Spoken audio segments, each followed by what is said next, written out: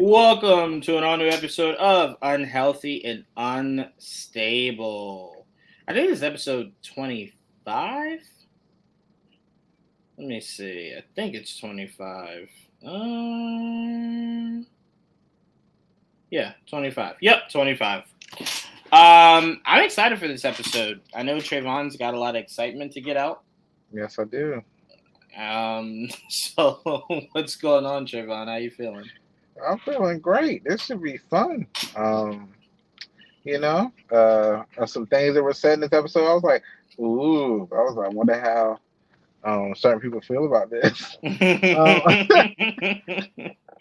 I was like, I'll wait. I don't know what they're doing, but I almost said it in the chat. I said, we oh were my god. we were in the middle of finishing the sports podcast. We That's went a right. little over. So when you said it, we were just like, all right, we're bunkering down and Yeah. watching it and watching it. DJV, shout out to DJV. No, you're gonna hear my thoughts on it, DJV. Yeah, and it's not what you expect. You're gonna hear my thoughts. You're gonna hear my thoughts. Oh Lord. Um, What does that mean? that you will hear my thoughts momentarily. Let me see if I can do this myself real quick. Let's see. Hold on. Let me see.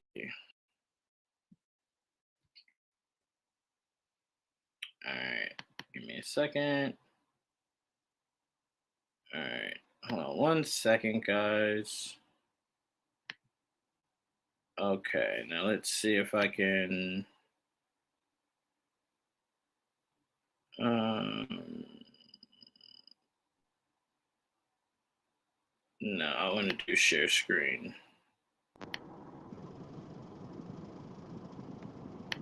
Oops. Sorry. You all right? Yep. I am back. I don't know what just happened. Wait, do I want to add? Hold on. Do I just want to add a an extra camera Uh, or slides? Yes, you could do. Well, slides. I think you have to actually put like a actual PowerPoint in there. I think. So, Oh, what is extra camera? um, it probably. I don't know. Probably. I mean, if you had another camera, like another view you want to show, like if someone else had Oh, another camera that's right. pointing at something else. Yeah. Okay, let me bring Joel in. What up, Joel? So, Joel, do you know how to do the bring up photos if I sent you photos? If I have to log, do it. I might have to log in. No. Because remember, Didge did it yesterday, and he's not on our account. I I don't. think but- Dish had like multiple. I think he had a separate. Yeah, like I think he did like 3 screens.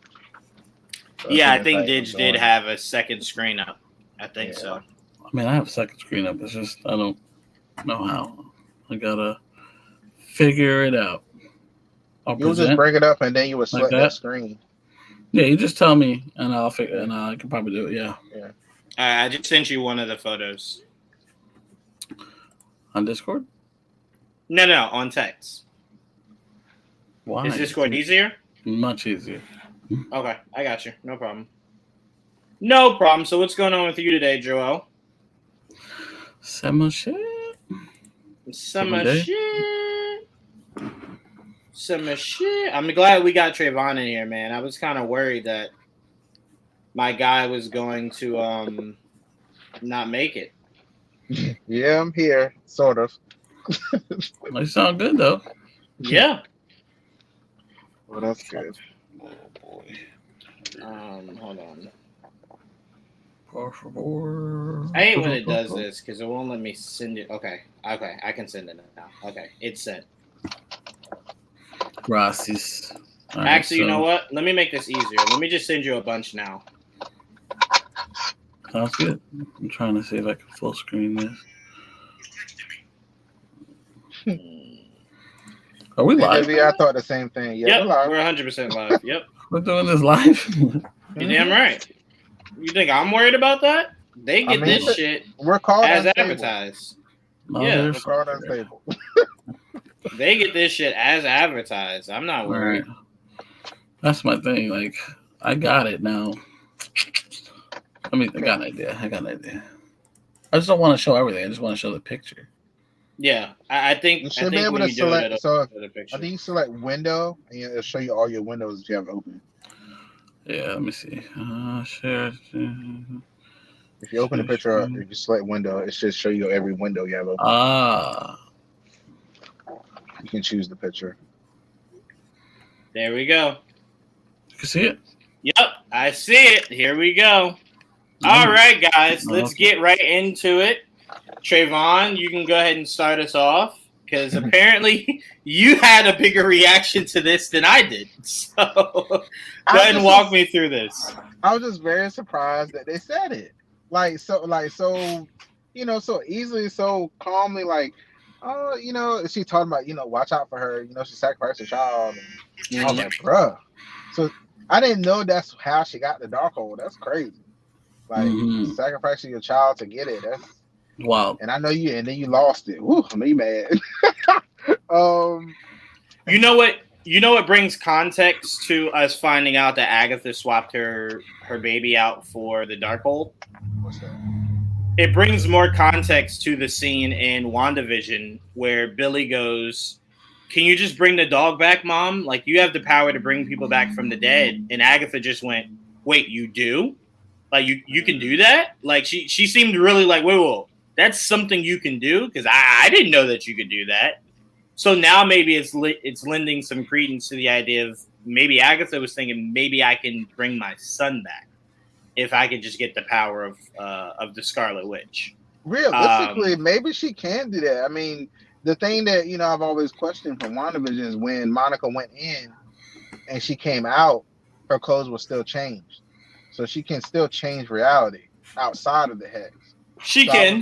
So that was interesting. So I was like, if she gets creative enough or mad enough or whatever, emotion enough, I wonder what she can do just off the whim. You make a great point. I will say that line feels more like a throwaway because Wanda's never shown us that she can bring people back from the dead. So it was really kind of just like, I don't really get that line because I'm like, we've never seen it. But we have seen her manipulate, outside of the hex when she was fighting Illuminati. I mean, she turned Mr. Fantastic into Silly String. Like, it's like she can. That's not a thing you should be able to do. That was almost like when Thanos used the Reality Stone on them. That's exactly what it was. Right, it was real. Yeah. So I was like, that's very interesting. Like, it's always weird. It's like her power should come from the Reality Stone, not the Mind Stone. Well, it didn't come from it. It was activated. Right. Yeah, but it would make more sense if she got activated by the Reality Stone. It would have, but it was the Mind Stone. Yeah. But yeah, I don't know. I mean, it's just really cool that it just straight up said it to him. Now I'm starting to fall into the theory that maybe he is her son. She just wouldn't know it. That's why That's why when he tries to say it, she can't. I like that everybody else can see it too. Nobody else can see what he's saying. When he says, "What's your name?" They're like, "Oh, wait a minute." This is fun. Fun. I will say what's frustrating a little bit is it seems like each time he says something about himself and it blots it out. Yeah, he's shocked at their reaction. He's like, he's looking at them like, "Can you not hear me?" So, but I'm saying I'm curious because I know. Shout out to Eric Voss. I know he was throwing around the idea that maybe he put it on himself. And it's like he couldn't have because he keeps looking shocked each time someone looks at him like, I don't know what you're saying. Like, because Agatha didn't tell him before. Agatha didn't tell him. She was just like, say it again. She didn't actually say like, why can I hear you? She didn't ever say it to him. She just let it go. Right. So it's just like now they're telling him. They're like, you can't tell us, right? What right. What was it again that they said he had? Sigil. That's what I was like, ooh. And then what was very convenient by that, one convenient part that made me mad by that part was where was Mrs. Hart at that moment? Because she was like, witches can't hear you. And I was like, well, damn, where Miss Hart at? She damn witch. Where she at? Right. And of course, that's what they had her stray off. Of course. Mm-hmm. Yeah. Before we go any further, I want to welcome in Jamie. What's going on, Jamie? That boss was giving you fits, right? You good? She muted? Are you muted, Jamie? No, she's just not speaking. She's pulling okay. a Jake Locke. Wait, is she muted? She's I muted. don't know. I'm like, is she pulling? Is she pulling the Agatha? Can you guys hear me out? No. Okay, now we I can can hear you. Now we can Okay, hear this dang microphone. you. Yeah, so I had to call Big Brother on him. You know, sometimes that's what you gotta do. I just unlocked the Odin summon, and he does like 7,000 damage. So like nobody's living that. So I did what I had to do. That's all I'll say. 7? Or, That's all it comes down to. Yeah, Final Fantasy 7. Odin? I mean, I didn't get the summons until like the end. And at that point, I just got frustrated. So I'm like, fuck it, I'm just going to finish with all of them. I forgot what's the last summon I got. I don't think I got one. Odin was a bitch, I'll tell you that much. Oh, yeah. I had to use the first. revival earrings for the first time. I'm like, I can't with this guy. Well, probably would have been a good idea. I didn't bother. I didn't think about. I went on Reddit, y'all. Reddit's my search engine. But it helps. Yeah. Yeah. That game was frustrating, but it was really great. My birth is awesome. I wanted to bring attention to DJ V's comment because I see this a lot. So what I just want to make sure everyone's understanding is it can't be as simple as him being Agatha's son, right? Because it's separating too much, right? So we have in reality what we imagine him being. He can't be that and also be Agatha's son. So it makes more sense that episode, the shot in the trailer that we saw, where it's like Agatha and the teen in like this purple lit room, and it looks like she's dragging something out of him. I think it makes more sense that Nicholas Scratch is part of the team, to where it's something that can be extracted from him. But I don't think he, in his full entity, is Agatha's son. And I just don't think he's Agatha's son. I'll leave it at that. But Trayvon, was that all you? Because I feel like I cut you off. Oh no, you're fine. No, the only other thing was when he like stood up to her. He was like, "Drink." And what did he say? Drink it. Whatever he said. He like, and she kind of, I don't know. It's like a little moment. I was like, "Is it her son?" It's just, I don't know. It's just a little weird. I don't know. Just a little weird moments. I'm just really curious on how this progresses. This is really fun. I'm really enjoying the show. I will say, I think it's meant to make the casual viewer think that that's her son. I think it's meant for us geeks to know exactly who he's supposed to be. Whether he turns out to be that, no one knows. But that show is not meant to trick us that know. It's only meant to trick those that don't know. It won't work anyway because right now I've seen so many teasers and leaks and every damn thing else. I'm like, it's crazy. I mean, even from the show, teasers from the show. I was like, y'all gotta stop. Well, no, you know what it is? Disney's gonna have to start taking out lawsuits against a certain company, and I won't say the exact company so people don't go run to it and get spoiled.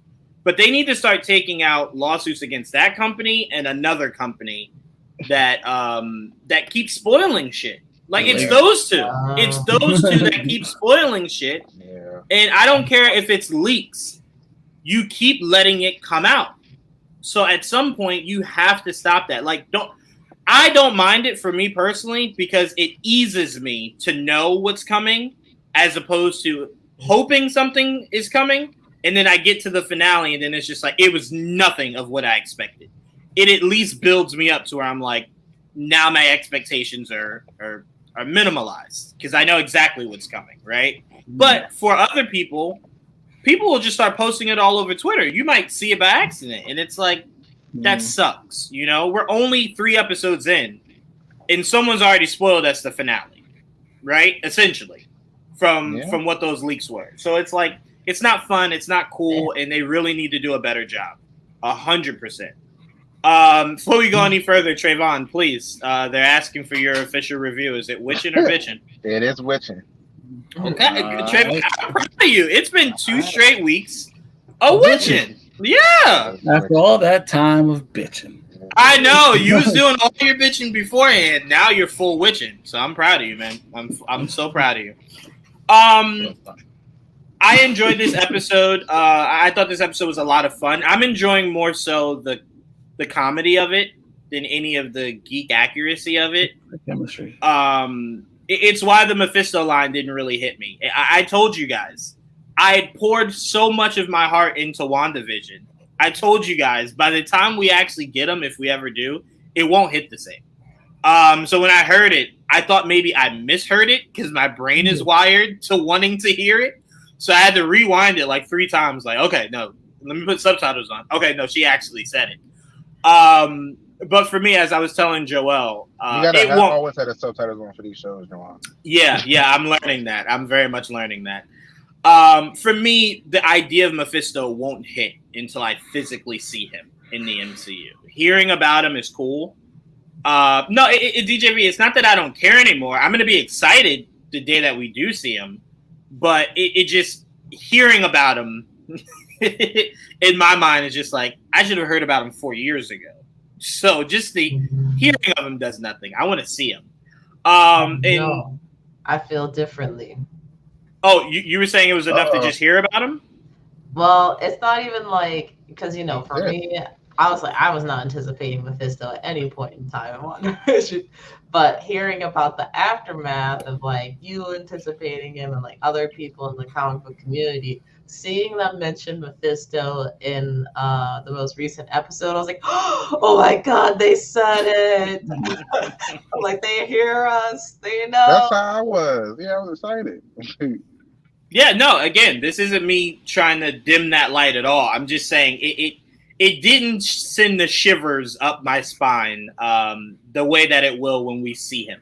But what this did lead me to believe was, and I was having this conversation with Joel, we know that we heard Sacha Baron Cohen is apparently Mephisto and Ironheart. We heard that. We've never got anything official from Marvel. We even got the entire cast of Ironheart on the D23 stage and no mention of Mephisto at all. Right? So I was telling Joel, I'm beginning to think maybe he first appears in this and they want it to be a surprise. If you say that Sacha Baron Cohen is Mephisto, people know to look for it, as opposed to being surprised by it and letting the actual appearance of Mephisto be your confirmation, as opposed to how we're used to it, which is the trades or, someone with a set photo or something like that. So I'm like, because it's, my only issue is, you mentioned Mephisto here, right?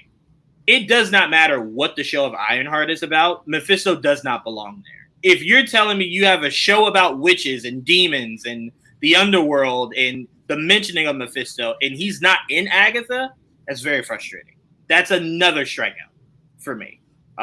Because it's just like, it's a show about technology that's Ironheart. That's a mix of technology and magic, right?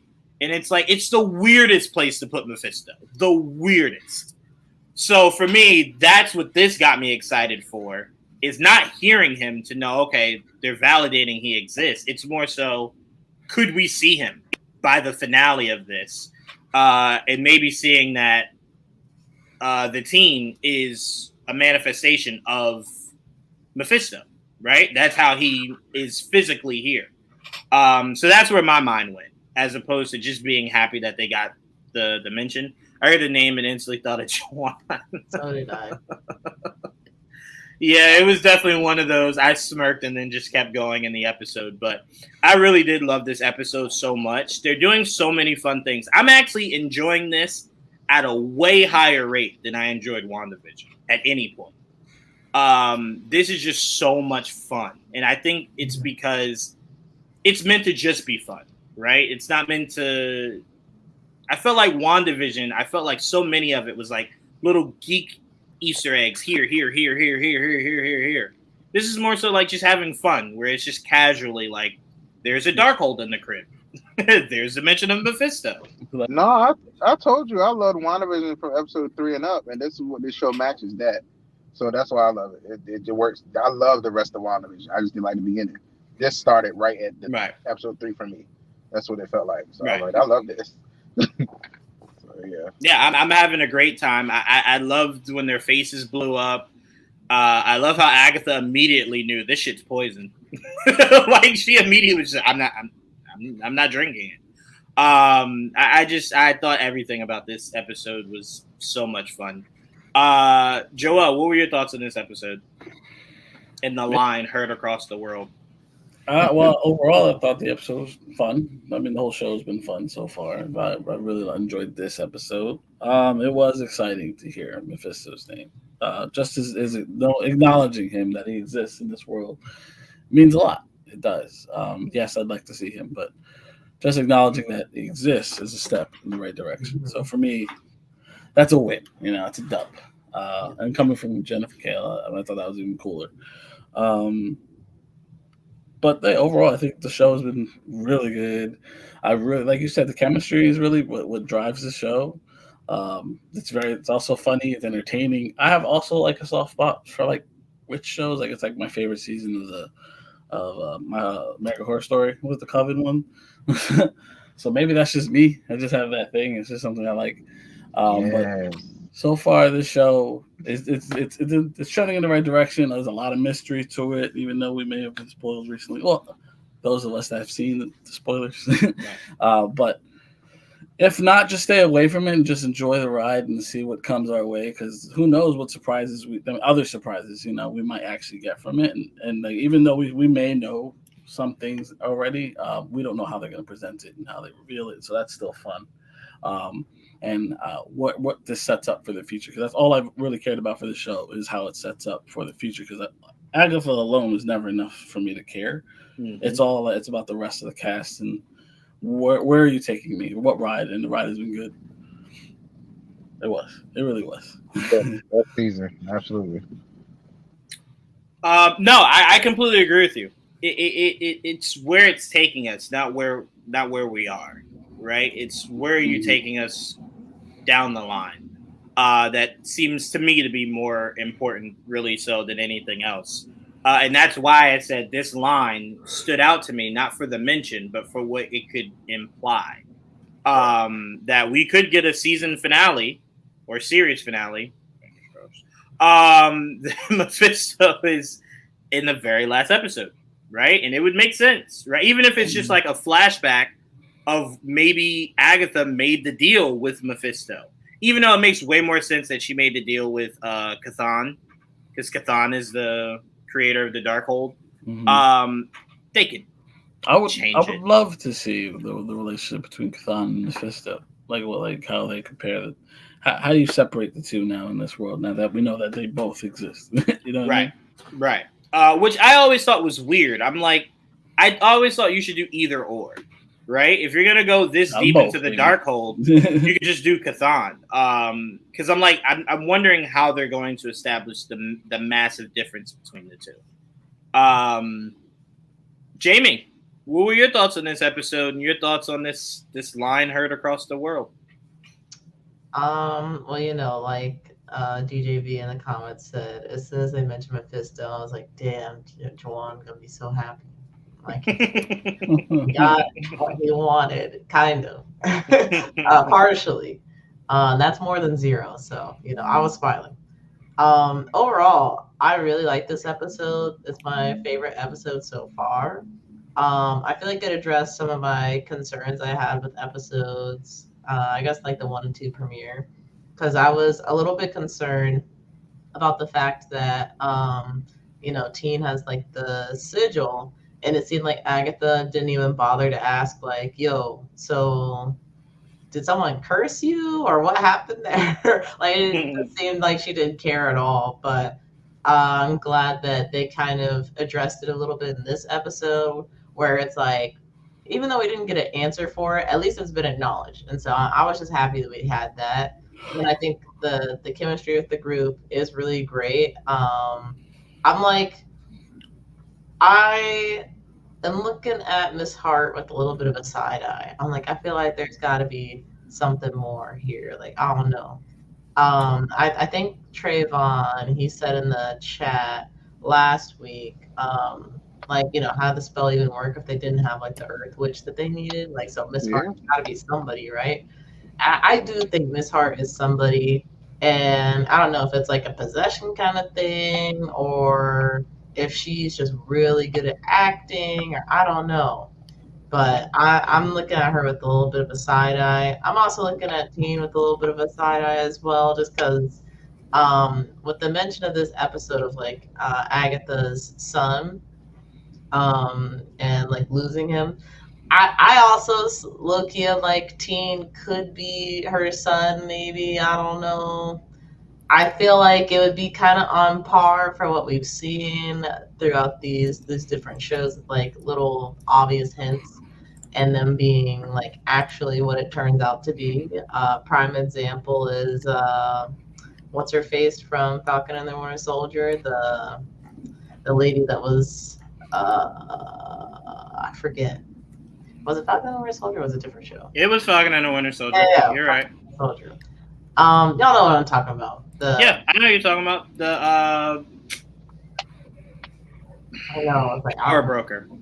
Yeah, the Power Broker. A power I feel like it's a Power Broker situation where they're gonna like double fake us out, and we're like gonna be like, it can't be him. Like they made it so obvious, and then they're like, we made it obvious because it was him. So I would just say for now, my theory is that he's Agatha's son.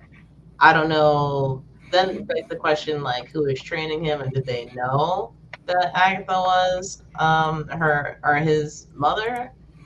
I don't know. That's what I'm curious about. But I really enjoyed it.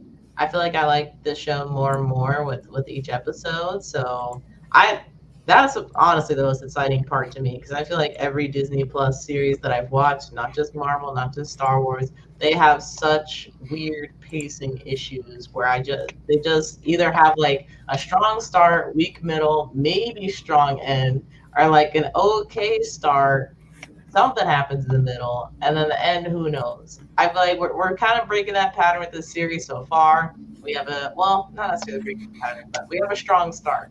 So I'm just hoping they keep it consistent, and I would be like thoroughly happy with the show. How many episodes are in this series? 8, I think.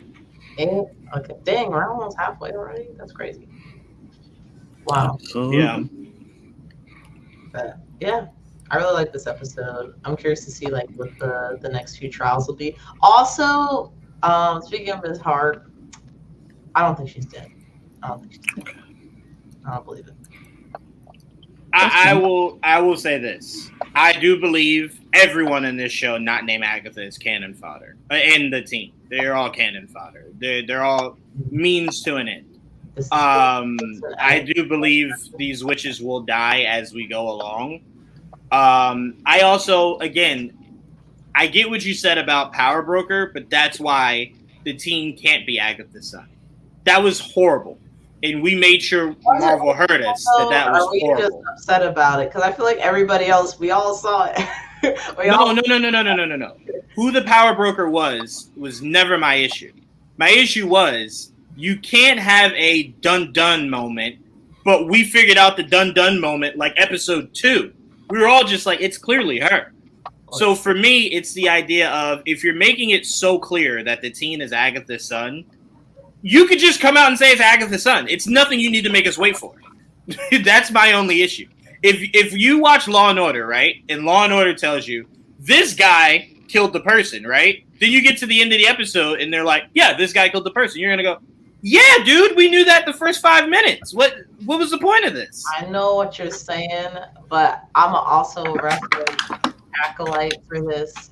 I enjoyed the series, but this is also evidence that once again Disney is not doing well with giving us the dun-dun moment because there were very few, if not very quiet dun-duns in Acolyte. So I feel like I just can't expect, like, I would rather go into this expecting no like big aha moments and actually have one than expect them to do it and just not have it, because they haven't shown me that they do aha moments. I don't know. The Agatha one was cool if you didn't know about Agatha Harkness. If you didn't know about her, it would have, like, we immediately be like, oh, that's who that is. Cool, okay. But it's like, if you didn't know, that was a surprise. That was a done nothing. People that never heard that character before, like that was a. But it wouldn't mean I felt anything. they did it well in WandaVision.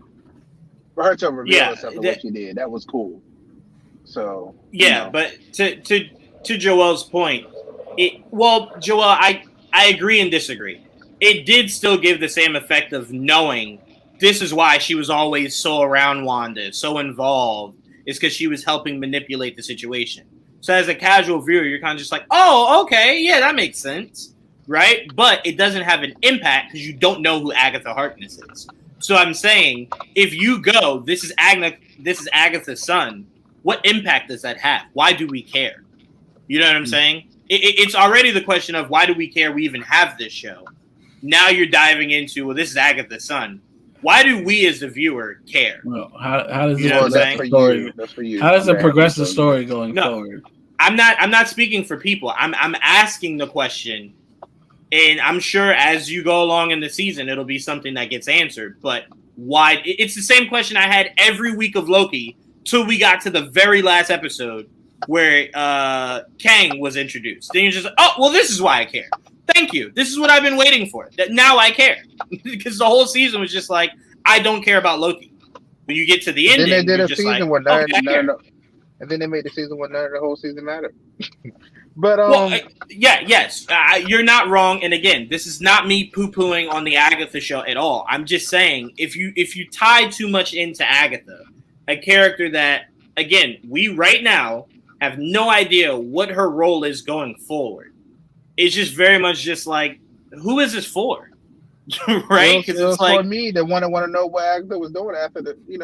Nobody cared. That's the problem. Like, I wanted to know. Nobody. This show needs to give us a reason to care going forward. There has to be a story that's going to.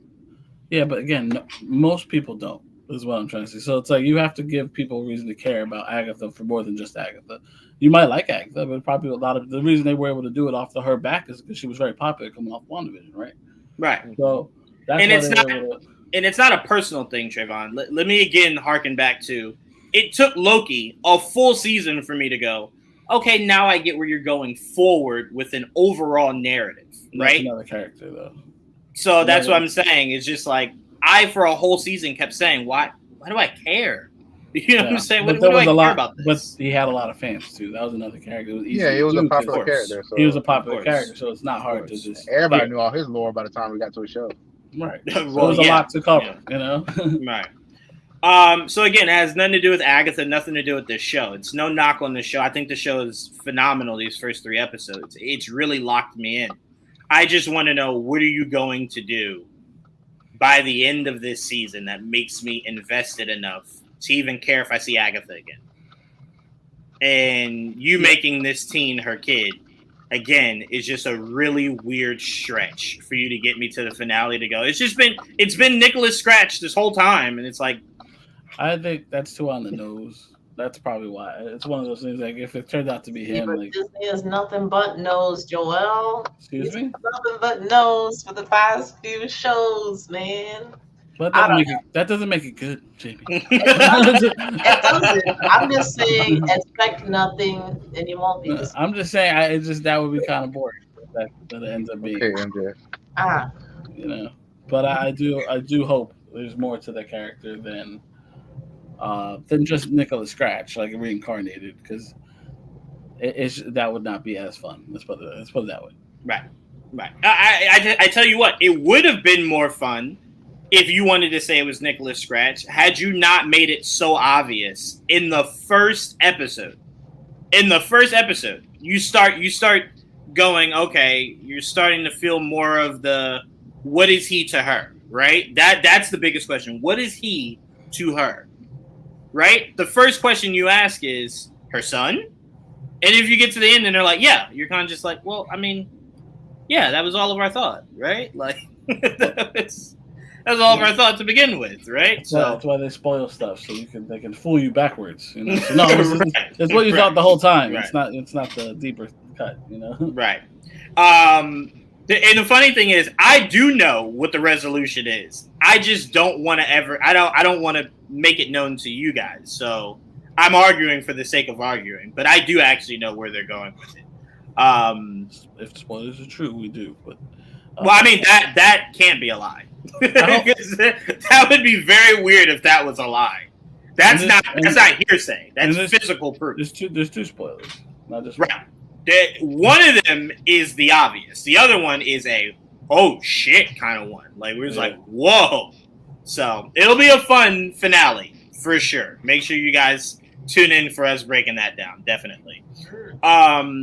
Anything else from this episode stand out? I know you guys were saying you don't think Hart is dead. No. I really don't think any of these characters are supposed to matter outside of progressing Agatha. That's why I think you could get a witch per episode dying. I don't know. So I do, after thinking about I know DJB put in the chat and you just said it about one can die per episode. And that would kind of make sense if at least a few of them died. Because they built this up as oh man, the road, this was a suicidal road, you don't want to be on here. And it wouldn't make sense if they all made it to the end. Because then it's why are we so scared of the road, To see one die every episode though, I personally wouldn't want to see it because I like the group's chemistry so much that not to say Agatha couldn't carry a show by herself, but I think it becomes a vastly different show with Agatha by herself. But that's why you do one per episode. You don't do them all in. You do one per episode. So you still have the group as you go.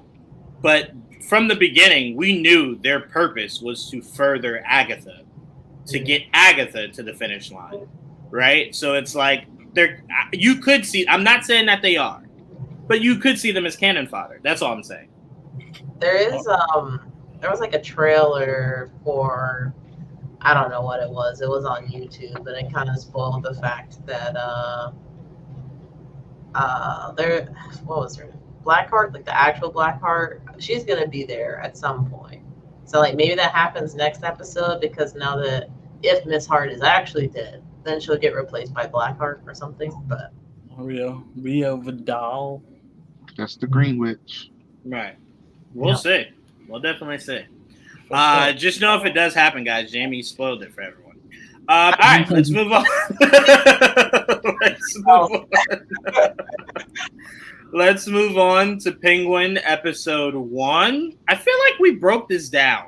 I swear to God, I feel like we did, but maybe we didn't. The first episode? I could have sworn we did, but I could be losing it.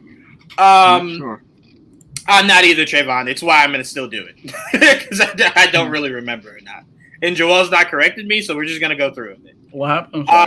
No, I said I feel like we talked Penguin episode 1 already, but I could be remembering. I don't remember talking Penguin, but I could be wrong. No, because we had the show on Thursday last week. Mm-hmm. Yeah, okay. It wasn't on yet. Okay. Yeah. I enjoyed this episode. My review is gonna be very quick. I thought it was very well done. I thought it was. I thought it right off the bat explained why we needed it. Of him? You said what? I said, where'd you get this portrait of him? I took it. I was there. I was on set. I took this. It's a photographer now. You know. I am. Yeah, I am. No, Google does wonders. This is one of the promotional images they put out for the show. I really did enjoy it. I thought it was very well done. I thought the way that they ended it was awesome. I think this show gave women a new taunt to throw at men. So I didn't really like that. I didn't like that scene at all. No, but all jokes aside, I thought this was very well done. I love the mention of Batman and how this takes place literally right after the events of the flood. And the one question I had coming into this show about a character, they answered right off the bat, and I was very happy. Miss Royale. I was wondering, are we going to see her in this show? Like, it'd be hard not to. She kind of runs Gotham now. So I was very happy to see her. And that her arm's in a sling. She's doing okay. She'll be fine by the start of the next movie. So I was very happy to see that. I thought the entire cast is brilliant. I thought Maroni's daughter is easily going to be the star of this show. easily going to be the star of this show. Falcone's daughter? Falcone's daughter, sorry. Maroni and Falcone, I hate them. I always confuse myself. Falcone's daughter. I mean, aside from the fact that that's not who it was, but I do believe we're going to see Maroni's daughter at some point, but we'll see. Yeah, Falcone's daughter is the one we saw. That's the one we saw in the episode.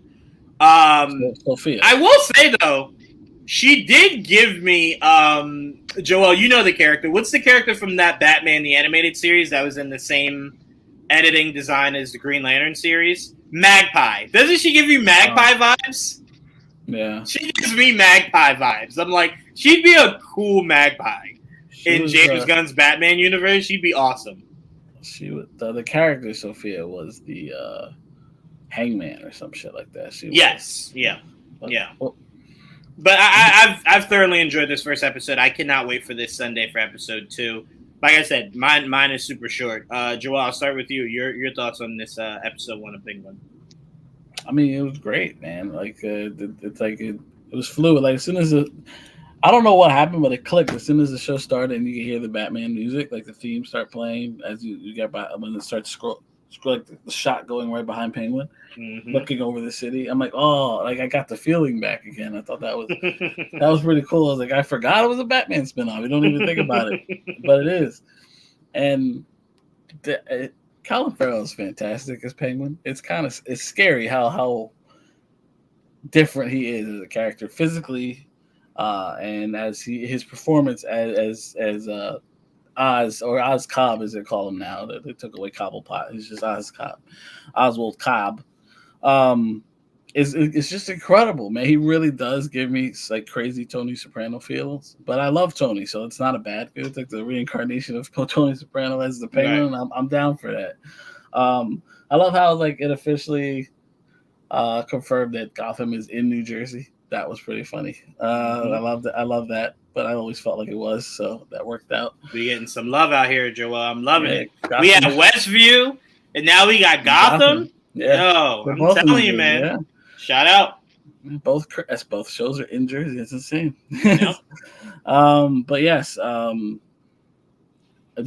far so good. We got to see Alberto Falcone. We got to see Sophia, who's plays really crazy, really well. Got to give it to her. Renzi Feliz is really good. Like I didn't expect the whole stuttering thing that they gave him there. I didn't know. I'm glad they gave it to him though. Yeah, I mean they gave him something to work with, something different, and I appreciate that because I think he is a good actor. And now Penguin got his own little Robin, stealing wheels and everything. So like that was pretty funny. A full Jason Todd moment. Yeah, but no, it's that or die, right? So I mean, I'll do what I got to do. But he kind of felt bad when he saw him stutter. You can see he felt bad. Right. He saw an imperfection. Yes. Just like himself. So he was just like, I like this kid. I like this kid. I'll give him a shot. This is why he's doing it because I get it. I've been there. And that's really what it comes down to. Right. We got to see his all fucked up foot. That was kind of nasty. But I like how they explained the limp, though. So his foot is supposed to be sideways, like the Penguin we know. But that brace is what structures his foot not to turn. Right. And I'm like, that's kind of genius. I kind of love that. Yeah. I kind of love that. And then that's why he got the limp. And he's also very thing about it. He's like, look, I don't even want. He could have sat in the whole handicap spot. He didn't want to do that. Right. Like he don't want people to look down on him and all that. So like I kind of appreciate like the relationship between him and Victor, right? Victor Aguilar. Yeah. So a lot of weird guesses on that character. Bro, he's just Victor Aguilar. Right? What is funny is though Aguilar is eagle in Spanish, so that's pretty funny. Penguin and eagle. But if you're gonna pull that from it, cool. But if not, then I'd stay in your lane. Don't think too far. But I really did. Like I really got to see Sal Maroni, and I can't wait to learn more about the rest of this world. Like we got a taste of it in the Batman. And now we get to live it on the ground floor with the Penguin. And I can't wait. I want to see if we get to see any other characters. Like I'm really excited to just know more. So far so good. Really good start. That there had a lot of actions, like more action scenes than I was kind of expecting it also. So I was like, it's not like Penguin out here fighting people. So I thought that was interesting. So I really dig to see where this is gonna go. So far so good. It's obviously written really well. Acting's really great. So. A+ so far. Yeah, I will say the one thing that kind of took me aback a little bit was the Batman made Penguin seem like a big player. And when you get to this first episode and Penguin's just like, hey, what I got going on is really good. Like, don't stop me. And they're just like, hey, enough. You're done in the story. Right? It's kind of just like the Batman made him seem like a really heavy hitter. But it was obviously because Falcone, he was kind of Falcone's right-hand man. So it was like, whatever you want to do, Falcone says you can do it. But then once he died, it was just no one respects Oz. Right. So it was interesting to see that it wasn't that people respected him. It was that people feared Falcone, and people knew that Falcone would stick up for Penguin, or for Oz. I forgot that Matt Reeves made it clear we won't hear that name. I hate that so much, but it's okay. As long as James Gunn gives it. It is his no name, like his nickname, but for the most part, his name is Oz. Right. I'm just saying, for a show called Penguin, for you to tell me no one will ever call him Penguin is very frustrating. It's like I totally get it. What? It's like a Cobblepot away. His last name is just too fake, I guess. Yeah, I'm like, I don't understand that at all. It's maybe because it's too posh, and now they're kind of bringing him down to like he was grown up poor, where he's normally grown up rich. So maybe that's why. Cobblepot does sound fancy. I'm not gonna lie. Look, I'm okay with it as long as James Gunn's universe gives us these actual names: Penguin, Joker, Riddler. I'm fine with that. I'm fine with that because obviously we know we don't have Riddler in this Batman universe. So we do. It's just we have the concept of the character, not the name. Well, they call him Riddler. They do? Yeah, in the newspaper it said Riddler. Oh, okay. I was speaking more so no one like verbally called him Riddler. No, like, that's who they actually get called by their actual names. Right. So. Only one that does it is Batman because no one knows who he is. Right. But yeah, no. So I mean, I truly enjoyed it. Trayvon, what were your thoughts on this first episode? Oh, I thought it was great. I had a good time with it. This was the show that I was like, why do we need it? Come on, man. I'm just gonna be honest. I mean, I was like, so this is happening right under the Batman's eyes, and he's not involved in stuff at all. How does that make sense? Well, from what we just saw in the first movie, I get it. I know people just love Batman universe or whatever, but that's just how I felt about it when they first announced the show. I was like, okay, a Penguin show, interesting, okay. And then I was like, I'm gonna watch it, and then I watched it. I was like, oh, this is great. This is fun. It's gangsters shooting each other and stuff. Yeah. It's fun. I'm having a good time with it. Them gangsters. Yeah. So I mean, that's all I really got. I mean. She's crazy as hell, and I do believe she knew he killed his brother a long 100%. Time before she actually did something. 100%, 100%. But yeah, it was funny. He tried though. He did. Problem is he doesn't have a good poker face. Right. So when she said, "Do you know about my brother?" and you go, "Oh yeah, I forgot." No. I don't know. It's like you're lying, but it's okay. I'm gonna find out because she already knew his plan already. So 100%. When he said it just like himself, she was like, "My brother ever said that shit once." Yeah, and my brother was getting this shit off the ground, right? Yeah.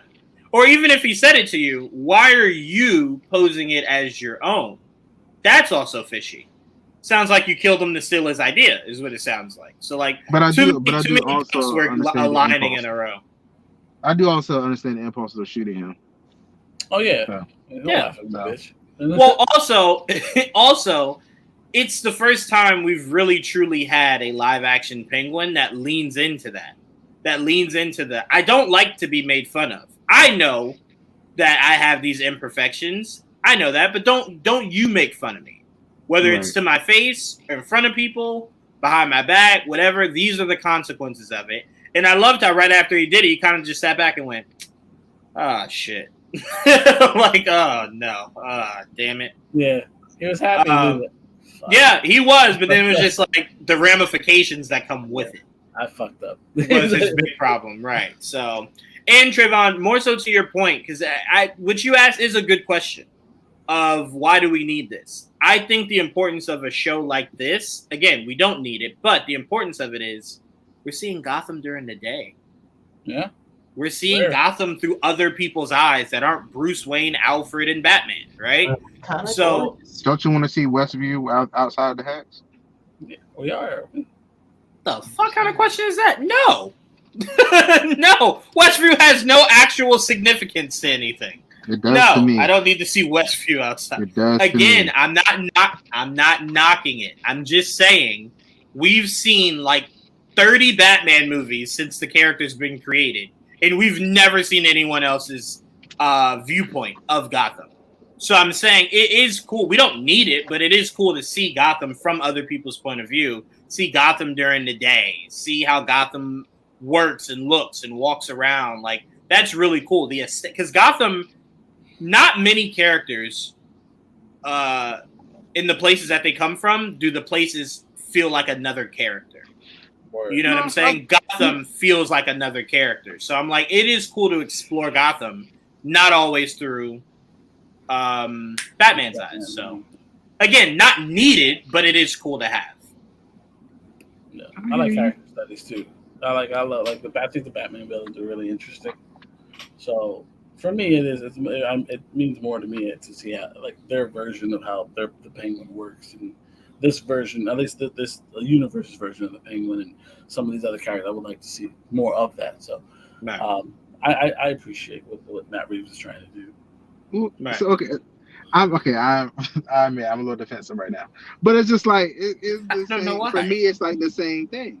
Like, you're saying, I want to know more about the Penguin. I want to know more about Agatha. I just think it's the same. Like, these shows that don't need to exist. Hold on. No. I didn't say I want to know more. I'm going to be combative. I don't need to know more about Penguin. I'm saying it's cool to see Gotham through other people's viewpoint. Yeah, that's what I'm trying to say. You're just seeing more of Gotham. That's what I'm telling you is the thing I'm hanging my hat on. I'm not disagreeing though either. I'm not saying I just don't care about Agatha. I never did. The show didn't make me care more. It's like she was fine. I like Penguin. I've always known Penguin since I was a kid. I've known the character, and like I like character studies of these crazy motherfuckers in Gotham. In the MCU as a whole, I don't see why you need to add because Agatha needs her own show. That's all I was trying to say. Now, it's just Batman in this world, so they're just splitting up and giving you some. The villains are the only other thing you can really touch, Yeah. Right, because it's not an extended universe. So, like, that's the extent. If this was an extended universe, right? If this was in James Gunn's universe, and James Gunn's like, I want to give you guys Penguin, right? I think we would say, well, we don't need Penguin. But in just the Batman universe with no Robin, what else can you really explore besides Batman? I mean, it's villains, unfortunately. It's the same thing with Waller. Like, I don't really do I want a Waller series? No, I don't need a Waller series. But I'm intrigued at what they add to it. Like that makes me interested, because as of just Waller, I don't care. Right. Like, I need to see why. The same thing with Agatha, same thing with Loki. They added things that make me care, because on face alone, I don't. Yeah, Trayvon, that's what I'm trying to say. Don't take it personally. Wonder Man, Vision, like all things I don't need individual things of. I even go as far back to say I would have preferred Falcon and the Winter Soldier just being the movie. Just make that a movie. You doing that series and exploring, I just felt like this might have been better suited as a movie. So there are some times where it's like you're not needed, but it's what makes the show special if you can end it with me going, I loved it. Like, I really loved it. But Penguin and Agatha for instance, are to me are good examples of shows that I didn't ask for, but they're fun and I enjoy what they're doing with them. That's a little different for me, DJV. Booster Gold is not like an ancillary of an ancillary of an ancillary of an ancillary character. We already have established in James Gunn's universe there's a Blue Beetle. To me, you should never have Blue Beetle without the idea of having a Booster Gold somewhere. So for me, that's where it's a little different. Again, Agatha in the comic books was a nanny and then was just a servant of Mephisto. You've now made her larger than that, which is no problem.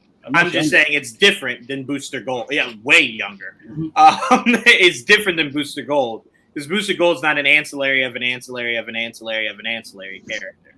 Agatha was very much who cares? But they made her larger than life. That's what I mean. So like that forcing character is the D-E list. You know, like that's why like you might have to go lower in the alphabet because like it was very much when they announced this show, Joel. I remember us having to thoroughly explain who Agatha was. I mean, and it's not like she's being like, yeah. people are like, who's that? And it's like, you're not really gonna know. See, there you go, Mr. E. Agatha has always been either Franklin Richards' nanny or Scarlet Witch caretaker. Other than that, there isn't anything else interesting about the character. Yeah, other than never had a like solo Aunt May run sometimes. before. Right. Other than she's a catalyst to all the magic shit. Okay. I love Yes, that. that's but Trayvon, listen to what we're saying. That's what the MCU is done for. That's what we're trying to say is the difference. That's what the MCU is done for. That's not what the comics ever did for. Comics made her super irrelevant. Just because I didn't want it, that doesn't mean I'm upset. I love the show so far. Like, That's what I'm saying. No one's attacking you on that, Trayvon. We enjoyed the show.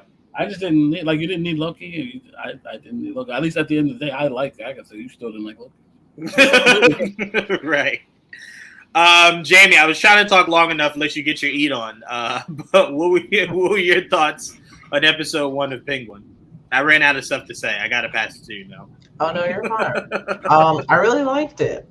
I love that we get to see Gotham during the day because, like, it's kind of gorgeous. Not gonna lie. Right? I like it. And think about this, though. We haven't even really seen much of the high rise of Gotham. We're seeing the slums right now.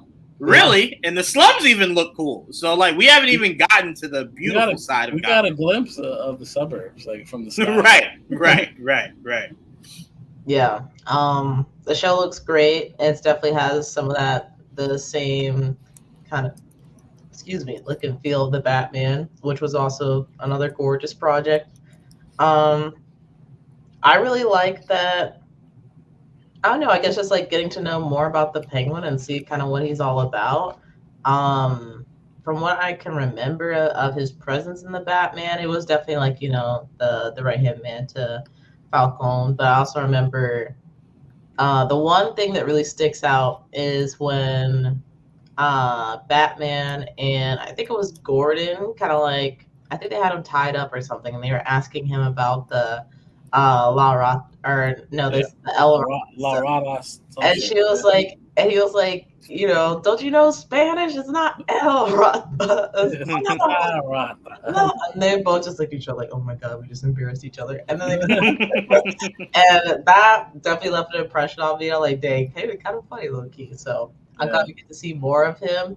And even just that beginning scene of him killing Falcone's son, even though that was like, damn, that was kind of crazy. But to see him laugh afterwards, like, I kind of sort of got a little chuckle out of it because like I could totally relate to the feeling that he's feeling right now. Whereas like, you did something totally awful, but in the moment you're like, oh yes, I got that person back. Let's go.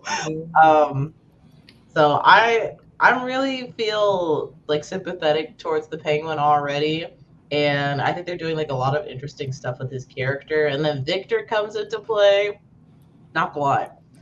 When Victor was introduced, it was a little wild. Like he's trying to steal the Penguin's rims or whatever, and then he gets caught. And now he's helping him with the body, and Penguin's like, he said, I forget the whole line, but he says like something, I own you. And I was like, that was a little bit of crazy line. Yeah, but put yourself in that position. Like, what do you do? It's like, it wasn't a crazy line because I feel like any mob person would probably say that. But the fact that Victor is like, I don't know if he's full on black or what, but even just a little bit of black and telling him he owns him. If I was Victor, I would be like, what'd you say? Like, hold on a second. You might have died in that moment. Die for this shit. Well, then that's what he would have done. I mean, he was going to kill him anyway after the fact. Say, yeah. Him talking got him out of death. So yeah. I also like their kind of like relationship and how Penguin, he sees that. I ain't gonna lie, DJV. I wasn't gonna say that. I thought the same thing, but I said I'm gonna keep my mouth shut in case you bodies out here. Not relating to the killing part. The feeling of like, somebody did you dirty. and then you do them dirty back, and it's like it's not like you did the right thing, but it feels good to get your get back. That's what I'm talking about. Not killing anybody. I'm just saying the way you structured that sentence was crazy, but I was gonna let it go. I wasn't gonna say nothing.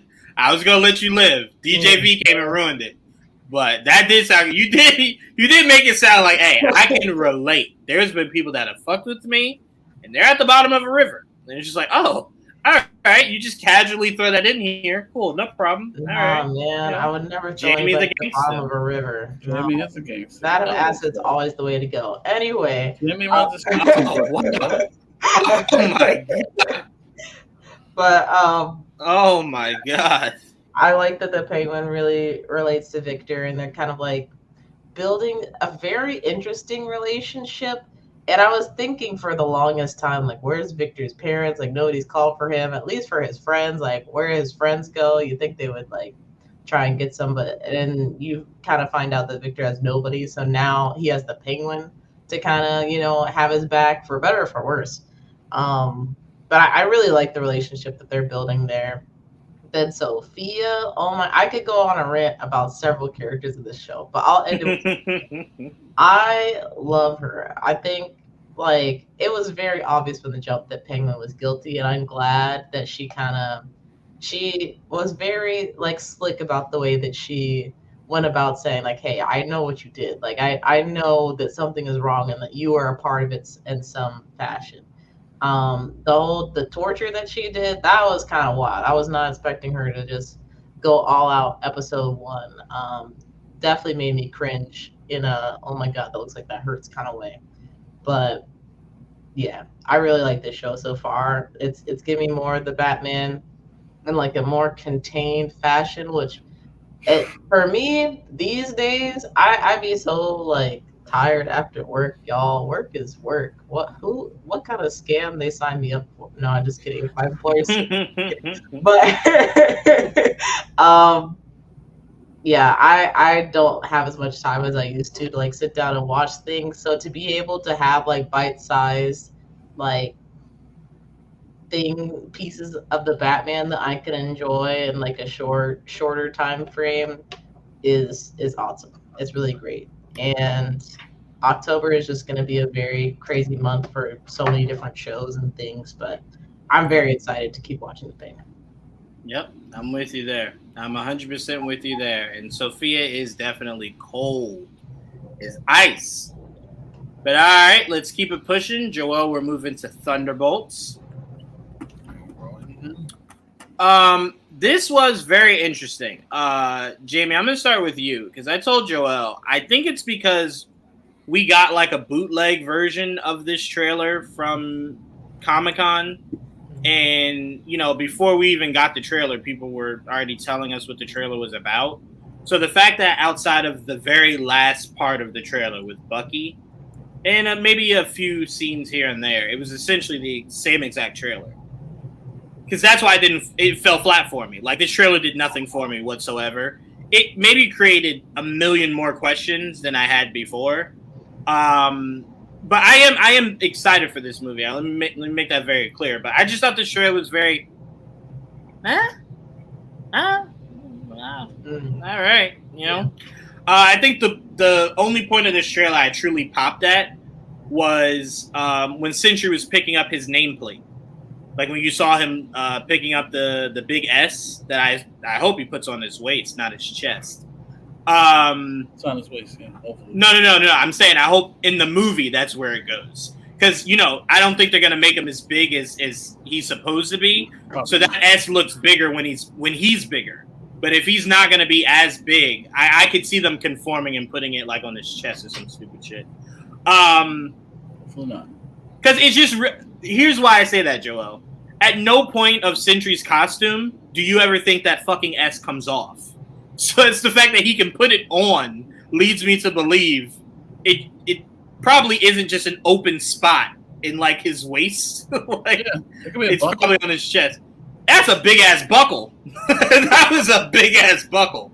But that is what made me pop the most, Jamie, was seeing that. Someone did bring up this point, and I'm going to ask you, Jamie, as I pass it to you. Does it seem like Kevin has no fucking idea what he wants to ever do with Bucky? This is the third project that it seems like Bucky is altered again. You go to Winter Soldier, right? And then that ends. You go to Winter Soldier. We see how that ends. Then you go to Civil War, right? We see it ends to where it looks like they're going to rehabilitate Bucky. You get to the end of Black Panther. He is rehabilitated, right? Then you get to Endgame and Falcon and the Winter Soldier. He's stressing how much that is not who he wants to be. Then you get to this trailer and he seems darker. Like, it seems like he went backwards. Let his hair grow out. Like, blowing up cars and shit. And it's just like, where are you in your life, Bucky? Are you good? Are you towing the line? Like, I know someone flirted with the idea of maybe he's brainwashed again. And I'm like, no. You can't keep going back to that, bro. Like, you literally said in Falcon and Winter Soldier, I don't want to be Winter Soldier anymore, right? That's what he kept saying the whole season. Jamie, do you remember how that show ended? It ended by telling us in Skrull, Captain America and the Winter Soldier will return. Yep. Did he not just spend the whole season saying, I don't want to be Winter Soldier no more? I don't think they know what they want to do with this character, and it's really pissing me off. It's like he's just here for the sake of us not forgetting that he exists. What were your thoughts on this trailer? Oh, I'm sorry. Go ahead, Trevor. I'm sorry. Go ahead. I was saying, throughout the trailer, you see him in different areas. Like, we see him with them at some point, and then you see him shooting at them. I'm wondering if somehow they activated him again. Yeah, but again, that's so played. You've already done that twice. You can't do it a third. It's like it has no effect doing it a third time. You did it in Winter Soldier, then you did it in Civil War. We're good. We're good. You spent all of Falcon and Winter Soldier. Mind you, again, a show not needed. You spent the whole show telling us he's done with that. He's been healed. He's been fixed. He's a new man. He wants to be Bucky Barnes, not Winter Soldier. Then you end that very show with Winter Soldier will return. I mean, did he get a new title at the end, though? Because then it's like, what do you call it? And they're not going to say Bucky Barnes and then Captain America, you know? Well, that's what you spent a whole movie saying. That's what he wanted. He wanted to be Bucky Barnes. Gotta give him he does not need a... Well, you tried to give him one. You gave him White Wolf, and then you quickly dropped it. I mean, well, you know, that sounds like it could be. I'm just saying, you gave it to him. It could be. You gave it to him. I was fine with White Wolf. I don't know. I mean, again, I'm fine with Bucky Barnes. I'm fine with Bucky. I'm fine with it. It's Cap and Bucky. I'm fine with Bucky. That's cool. I mean, you know? Yeah. Yeah, just call him Bucky. I don't know. But what are your thoughts on that, on this Bucky thing, on this Bucky idea, and then your thoughts on the trailer? So me personally, I thought it was a situation of he sees a U.S. agent again, and he's like, "Oh, that guy, screw him," and that's why they're fighting in the first place. And he's like, "You know, anybody who's friends with him is not my friend." I thought that's what the situation was, but it could be something different, I guess. And then as far as I said, it's not like they're good guys, so that's not totally off. It's not. My problem was he just seemed very aggressive for someone who just went through all that healing of not needing to be as aggressive. Oh, no. I mean, it's hard not to look aggressive when you're shooting at somebody. Well, I'm saying the whole shooting at somebody is maybe what he didn't need to do. It seemed like overkill. That's how he took down the car at the end. Right. Yeah. We basically blew it up almost. Right. Yeah. I'm like, that doesn't look like you're trying to apprehend someone. No one died, but that's probably how you explain it. We're good. I feel like it's one of those things like we're enemies in the moment, and then we're good after that. I don't know, but the trailer overall, I thought it was cool. I wasn't super, I guess, jazzed about it, you could say. I think that there are some interesting elements that were set up in the trailer with like Yelena like meeting with Val and Val kind of getting everybody together. Because I don't know, it just seems like a very, and the freaking Taskmaster being there, like who I don't know. I want to know more about that. But outside of that, I feel like I need to see a little bit more before I get really excited. Like, I'm definitely gonna see this, like, no matter what, but I'm not super excited to see it right now, I guess you could say. I feel like part of that is because these aren't necessarily like our all-stars, like the people that we're super familiar with, and it's another project where it's like, you know, we have Yelena that was tied to Black Widow, so it's trying to get some of that star power and put it on Yelena. And I like Yelena. I as far as like no, yeah, and the Black Widow movie, she was kind of like standing on her own a little bit, but I don't know. I don't know. I guess how she's gonna carry this film. Not saying she can't, but I just can't picture it in my head at this moment. I don't think she is. I think this is. They've already said Bucky is the leader of this team. No, so that's what. I mean, we already heard that she's the lead of the movie. Oh no, the lead of the movie. I meant the leader of the team. So you're gonna see a lot of shared between her responsibility and Bucky's responsibility. We'll see, because I don't even think Bucky's a part of them to start. Maybe later. I don't think this is the beginning.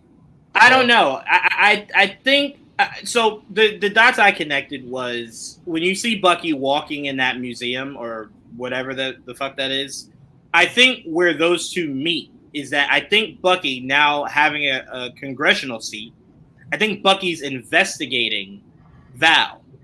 I think him investigating Val will lead him to them, which will lead them to then coming together to stop Val. I think Val is your quote-unquote bad guy. I think Val is what activates Sentry and everything like that. So I think their revenge against Val trying to kill them and him investigating Val is what leads them together. I agree. I 100% agree. Okay. I think that's exactly what happens, and I don't know. The trailer at least looks fun. So, it's an eclectic group. It's one of those crazy, weird things where like you get this like almost like a Guardians type of movie or Suicide Squad type of movie. As I say, Suicide Squad. Yeah. But I mean, like they're all like they're not technically good guys to start. You know what I mean? They just become good guys because of who they're fighting is the worst person at the end of the day. Yeah. And it looks like they're being set up to be killed at some point because of all the dirty work they've been doing. So it's like this is more or less a pseudo Black Widow sequel without Natasha, who's not with us, but now we have the new Black Widow, or at least whatever she calls herself at the end of the day, Elena. Well, did you hear the fact that she's an EP? Yeah, I did hear about that. Yeah. So a lot of people are theorizing she's an EP because they're going to give in this movie officially the title of Black Widow to Yelena, and she has credit on that name in the MCU. So anytime it's used, she gets an EP credit. Again, you have 3 characters from that movie in this movie, like right here, just right there. Yep. So I mean, like it's not like it's a stretch that this is a pseudo Black Widow sequel. Like there's a through line between this and that one. Yeah. People also hinted at there was a scene in the trailer where it looked like Yelena was going through like something mental, and a lot of people were theorizing there could be a Black Widow Scarlett Johansson cameo, not her like alive, but her flashback. Like not a flashback, just something haunting Yelena. Wow. Like a moment of something haunting her, right? Where it's her having that moment of maybe closure with Black Widow, and then maybe that's where she's just like, take the name. I mean, I'm dead, so. Like, dang, that'd be wild. I've been calling her Black Widow anyway. She's like, I'm not using it. Shit, it's yours. Have it. I don't care. Yeah. True. What do you guys think of this? Mr. E saying he's putting it out there. Sentry will kill 2 members. I'm going to be honest with you. I think you have to. I think this movie can't end where they're all alive. I think that's preposterous. It really depends on. I don't know if Sentry kills if he's just Sentry. If they introduce the dark side of Sentry, the Void, yeah, then maybe. Yeah, because Sentry's not the bad guy. The Void is the bad guy. Right. So Sentry is your OP hero. Yeah, he's your Superman light, basically. Or right. And they talk to. Right. People might value Sentry over Superman. Yeah, so I think he has to, but I think if at that point you're asking who at that point dies, it's easily Taskmaster and Ghost, without even a thought. They're the two lesser names of everyone standing in this photo right here. So I'm like, yeah, I can see Taskmaster dying immediately, and I can see Ghost dying halfway through the movie. I don't think you kill off David Harbour. I don't think you kill off Bucky. I think you need U.S. Agent if this becomes the Dark Avengers. And we know they're obviously not killing off two Black Widows this close together. Well, You know, she's so. the face of the damn movie, so. Right. So, Joel, did this trailer, and Jamie, I'll ask you before I go to Trayvon to close this out. Did this trailer give you any better inclination on why we have an asterisk? I have no idea. Unless they're not the Thunderbolts by the end of the movie, something else completely. I was just curious if maybe you saw something that drummed up a theory. No, unfortunately, I still don't know what the fuck that means. The only thing to me, the only thing it means is that this title, it's only this title for now. It's a temporary title. David Harbour spoke a little bit about it. He said he's excited for people to see why it's there. Okay. I'm excited. I just don't know. I can't. Maybe it is Dark Avengers, like Mr. G was saying. It is, but if it's Dark Avengers, that means you're telling me that cast is Yelena, You'll probably alternate. Red Guardian, U.S. Agent, Sentry. Bucky won't be a part of it. So it'll be those four. And then what they add to that going forward will be interesting. I wonder if they add Red Hulk to that going forward. I mean, it depends what happens to Cap, I guess. Yeah. Because I always thought he would be, and then it makes sense, right, to have your own Hulk. I mean, he wasn't. Again, they're not. That's following the guidelines. But Red Hulk was a member at one point. Mm-hmm. So was Bucky. He was, but I just remember, Joel. We talked about this long before we heard like official stuff about this movie. We never thought it made sense to keep Bucky part of whatever this turns out to be. Yeah, I didn't think so either. But like, we'll see. I mean, I don't know where else you put Bucky, like you were saying either. Yeah. I think Bucky was booted from the MCU once you decided to give Cap Falcon. Once Cap got Falcon, it was just like, well, Sam can't have a Bucky. So no. I'm saying I'm establishing Sam as Cap. Once Cap now has his sidekick in Falcon, there is no need for Bucky in that world of Captain America. So it's like, well, what do you do now? Yeah, you don't need him, but no, not really. So maybe you do make him part of the Dark Avengers. Yeah. Or Thunderbolts, or whatever the fuck whatever they become. I don't know if it's going to be called Dark Avengers either. I don't think so either. It's just maybe a play on that. Right. Yeah, it'll be interesting. And it'll be real interesting if they make us wait till the very end after all the credits are done to then give us what the actual movie is. They've been very sketchy on saying you got to wait, you got to watch the movie. I'm like, okay then. Well, I will say they better be careful then. Whatever screeners they give out, they better make sure it's not in it. Because remember when we saw Eternals, the Dane Whitman scene wasn't in it in our screener. We had to go to the actual theater to see that. We didn't get any screener. I mean, we didn't get any post credit. Right. So hopefully that's the case. But Trayvon, what were your thoughts on this trailer? You excited for this movie at all? I'm excited to see the characters. I'm not necessarily. I'm just curious on what Val's been doing and why is U.S. Agent looking rough like that if he's supposedly out doing a mission. Like, why is he sitting there like he's been sitting there for a very long time? So I don't know. I just had, it's a confusing trailer. Like he's ignoring the baby. He's stressed out. Like he just has no no path forward in life. That's what it feels like. Like he's just sitting there like, I hate my life. But that was why it was important to see the phone, what he was looking at. It was essentially just him sitting in his fall from grace. Yeah, but she already picked him up though, remember? No, but again, he was the replacement for Captain America. Yeah. And now he's just working rogue missions. Like that's now a fall from grace. Now he's Black Ops Captain America. No one knows who he is. Right. No love at all. Right. While he has to watch television of Sam flying around doing all kinds of cool shit, he's just sitting there like that. Damn, man, this sucks. Like it really sucks. And didn't he get dishonorable discharge at the end of Falcon and Winter Soldier? So I'm like, it's not even like he has the merits of his, being in war to even lean on anymore. Most people remember him for murdering that one dude. Right. Yeah, decapitating that guy. Right. Last time people probably saw him. Mm-hmm. He said sorry. Oh my god. So did you have any other thoughts on the trailer, Trayvon? No, just a lot of crazy little scenes. I know none of it makes probably most of it is not the way they're showing it, of course. We got to start, enforcing that false advertisement stuff though. One day we'll get together and sue some people. I just want to sue them so bad. I can tell you right now, a good suing point is a lot of people were saying tech, like they were digging in like a deep dive tech wise. A lot of people were saying they don't believe Taskmaster's actually in this scene. Because you see them come up in the elevator, no Taskmaster. You see them walk out of the elevator, no Taskmaster. Then randomly, just Taskmaster. Like, there's no Taskmaster at any point of the coming up and the walking out. And then randomly, Taskmaster's just there with the group. So a lot of people are like, they think Taskmaster dies in the mission going to get Sentry. Like, not them going to get Sentry, but in that mission that leads to them discovering Sentry. And I'm like, I could see it. It's the one character you just kind of look at and you're like, nah, I don't really care. I don't really care. That character could die in like the first 10 seconds. I wouldn't think twice about it.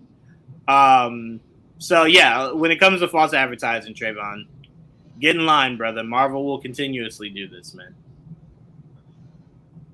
I see.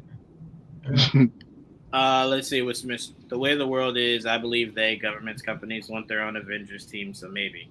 Well, again, remember, this movie is coming out after Captain America, but it takes place before, I believe, the events of Captain America.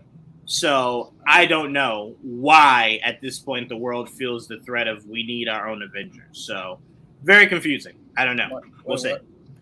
No, Mr. E was saying he feels as though the government will make this their Dark Avengers because they want their own Avengers team. But I'm saying that line that we heard in Cap's movie takes place they want the Avengers. Yeah. Right. I'm saying, so I'm like, but this isn't at the same time. So that's why I'm like, I don't really know. I have no idea. It's confusing because it's like, I don't know if it takes place after or not. I just know that it doesn't take place during. We can officially say that, not during. They were not supposed to survive at the beginning of this movie. So whatever happens, I don't know.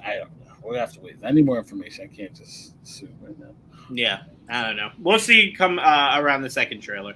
But all right, let's move on. We got our first official, even though I started to feel like we weren't going to get it at all. We got our first official trailer of The Ballerina. I felt like the whole day went by, and then they were just like, oh, yeah, that's right. We promised you guys. Here you go. Like, I don't know if a couple other trailers maybe caught them off guard, or I don't know what happened. But we did get it. It looked awesome. Easily the best part of that trailer was the end. Easily was the end of that trailer. I mean, it looks action-packed, which is good, because that was the complaint of why we don't have this movie already, of why they had to go reshoot again, was apparently it wasn't enough action. So it's good to know that it looks like it's completely action-packed, which it should have been from the beginning. I don't know why you make a John Wick spinoff a think piece. Right. Yeah. That's really crazy. That would be like someone going, all right, I'm making the next Fast and Furious movie, but I want this to be an Oscar contender. It's like, no, dog. That's not what we're here for. Like, I want to see a car drive through 6 buildings and then off one cliff and then land perfectly on top of a house. Like, that's the kind of shit I want. You know what I'm saying? I don't want to ever go, man, this is deep. Like, no, that's not what I'm here for. So I'm glad that it looks like it's action-packed. It's true to the world of John Wick. Anna was, to me, a great pick. She looks awesome. It looks like so much fun. But like I said, what stole the trailer was easily the end. You know, are you the Baba Yaga? Like, are you him? And, you know, I want to be like you. And he's just like, I've been following you.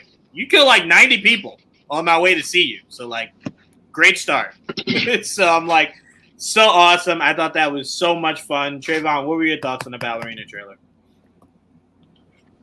To be honest with you, I didn't see it. Oh my god! All right, I will come back to you, Trayvon. I have been busy. Okay, so I know. Jamie, what were your thoughts on the ballerina trailer? I regret to inform you, I have no. I'm just kidding.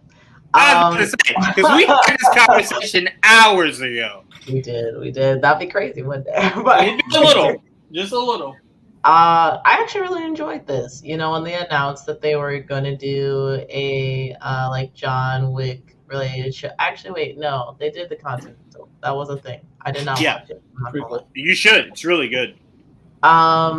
I honestly wasn't looking for anything else John Wick after I watched the last movie. I'm like, you know what? I feel like this story has come to a close, and I don't know how you came to that. Right after that movie was successful, the first thing the producer of the studio said was, "We're working on the next John Wick." And Keanu was just like, "Well, I'm not gonna be in that shit." And it was just like, "You say that now." Yeah, can you hear the truck of money? Can you hear it? Exactly. That's what he said to Keanu. Was just like, "So you don't like money anymore, huh? Oh, you do." You don't hear the backup noise? You don't hear it? Bro? Yeah. No. To get Keanu to come back, you had to bring a Brinks truck and airlift a safe of money too, like a big ass safe of money. That's how you get him back. So apparently they're working on a new John Wick. So that was very short lived. So for someone that has not watched the trailer, is it about that place where he went that needed help by that, in the No. So it's more so about John Wick 3. Remember when he needed to get out of the States? Yeah, he went to the ballerina woman. Yes. Right? Yes. Mm-hmm. Yes. Okay. Yes. Okay. You said the last movie, so I just wanted to be clear. In the last movie, he went to Russia and met his family. I couldn't tell you which one was which. I know that's why I just wanted to correct that, because he went to go visit his family in Russia. His family, that's an extension of the ballerina group, but it wasn't the ballerina group. The ballerina group, last time we saw them, the lady that we see in this movie, she got a sword sent through her hands for helping John Wick. Oh, that's right. Yeah. So that's where we saw the ballerinas, which was interesting because when they went behind the scenes, you saw the men training, not any women. So it's very interesting that they're like, we're going to make the ballerina. It was just like, oh, I thought they were actually just ballerinas. I didn't know that they were like assassins. Like, that's dope. So I was like, I kind of love this idea. Thought it was just like the Red Room for me, like Black Widows. I get it, but I didn't think that till they announced the ballerina. You know what I'm saying? Because I thought it was a front. I thought it was a front that the girls are there doing ballet, but the boys are in the back learning how to become murderous, pieces of crap. And it's ballet and capoeira at the same time. Apparently, right? Exactly. But Trayvon, you do definitely got to see the trailer. It is so action packed, bro. So action packed. I really liked it. Kind of circle all the way back. I really enjoyed the trailer, and it's definitely convinced me. I'm like, okay, I might have to check this one out. It's definitely super action packed. You can tell right away that this is related to John Wick in some form or fashion. And I think the ballerinas are actually pretty interesting. The Continental with the whole hotel, the secret hidden people. I was like, I don't know. We didn't know that much about them, so that's why I wasn't super interested. But maybe I will go back and watch the Continental before I watch this. The ballerinas, though, I was actually interested in while watching the movie. So I'm like, this is definitely, they had a much easier, job when it came to convincing me to be invested in this. So, well, I can tell you the reason why you should be interested in the Continental is that Winston and I can't remember the other dude's name. Man, rest in peace, Lance Reddick, right? Mm-hmm. Yeah. But it's about those two. Mm-hmm. So you just get a better idea on where they came from and how they became so close, how they earned that hotel, like how that became their hotel. So that's why the Continental was interesting. If it was just like a random spinoff, I don't think I would have been interested, but it's so deeply connected to John Wick. Not John Wick like the guy, but John Wick the franchise is how you get to where you're at. About the people that run things in the shadows or something, and I was like, I don't really care about those people. No, it's about Winston getting that hotel. It's about how he got that hotel. I see. Okay. Yeah. So you see Winston and I can't remember Lance Reddick's character. It's killing me. But it's how they became close and how they got that hotel. That's what it's about. Gotcha. Yeah, so it's not random at all. It's very interconnected into the world of John Wick. Mm-hmm. So it's not like you have to watch it to understand the next John Wick movie, but it's just good to have of like, oh, that's why Winston's so super protective over this hotel. This is what he had to do to get it. So it just gives context. That's really it. I'm just noticing this is a 2023 poster. This was supposed to come out last year. I don't know. This, I think, is somewhat of a fan-made poster. I don't think they officially released a poster for this. But it was supposed to definitely come out this year. That's for sure. It wasn't supposed to come out next year. Yeah, so that for sure. Okay, I see. Well, because the other thing that was confusing me, if this is a fan-made poster, that does make sense. Because I'm like, I don't really think that looks like the lady that was in the trailer. But now it makes sense. It's her hair color. Yeah. Yeah, the hair is what's messy. I'm like, is that her? I can't tell. I can see how at first glance you kind of go, is that like a zombie? What am I looking at? Who is that? But yeah, no, that's her. That's her. Oh, yeah. You said there is a poster? I think so. No, this There should be, I think. No, this is not. Yeah, I don't think they released a poster. I think they just released a trailer. That's strange. I looked for it. I couldn't find it. So Yeah. if you find it, definitely let me know. But Joel, your thoughts on this trailer? Awesome. It's very fun. I enjoy the John Wick world. I was looking forward to spinoffs to see how it would continue. I didn't necessarily need John Wick to come back. I thought his journey was over, and I was fine with that. But this was one of them we heard about earlier. I was excited about. I was like, oh, this is one way to do it. Mm-hmm. And just so far, at least the trailer makes it look like it's a good job so far. So I look forward to that. And it's definitely interconnected with that world. They don't let you forget it, which is fine. But I really, again, I had a really good time with it. So I look forward to seeing when it eventually does come out. Unfortunately, it did get moved back the year. So yeah, here we are. And look, I hope this does really well because I feel like if this does gangbusters numbers-wise, we can maybe as a fandom really try to influence that Halle Berry movie. Because there's so much lore to her character from John Wick 2, I think it was, that I'm very curious of, like, well, what's her story? Right? Like, remember she had to give up her daughter and everything. It's like, I'd love to... And I love her tag teaming with the dogs. Like, that was so cool. So I'm like, hopefully we can get Halle Berry that movie made. That'd be awesome. Yeah. Even what's his name? Was Donnie Yen? Well, yeah, that's one of the spinoffs.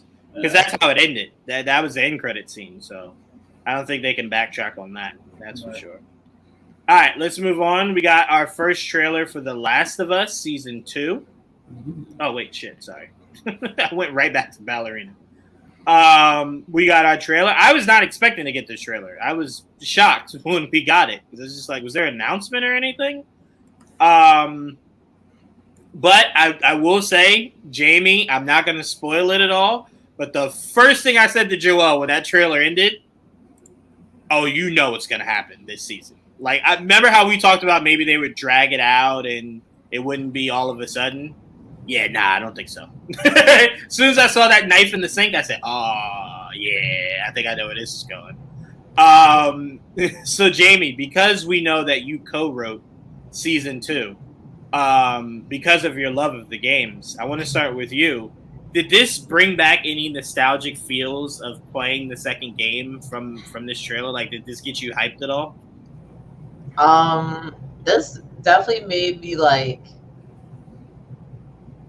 I'm curious as to how this is going to go. Because, we all, we talked about, we know what is going to happen in this season. Right. And I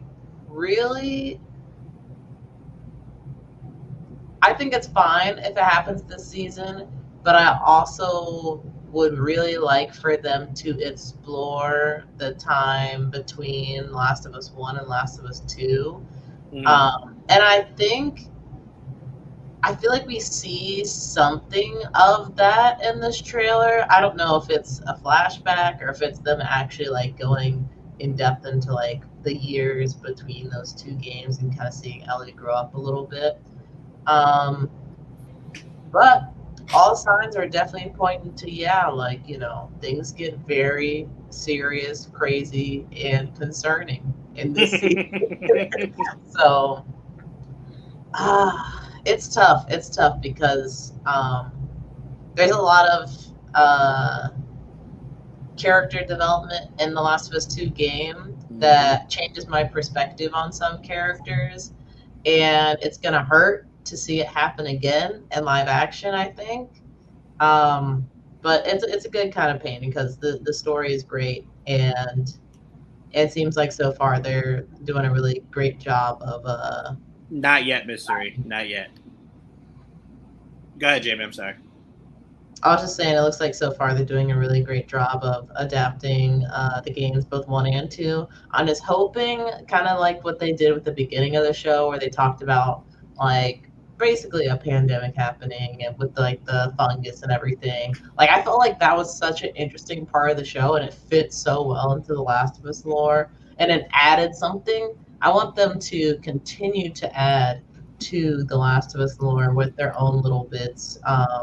And I'm really hoping that part of that addition is kind of exploring the time between the two games. But yeah, I thought this was a really great trailer. I'm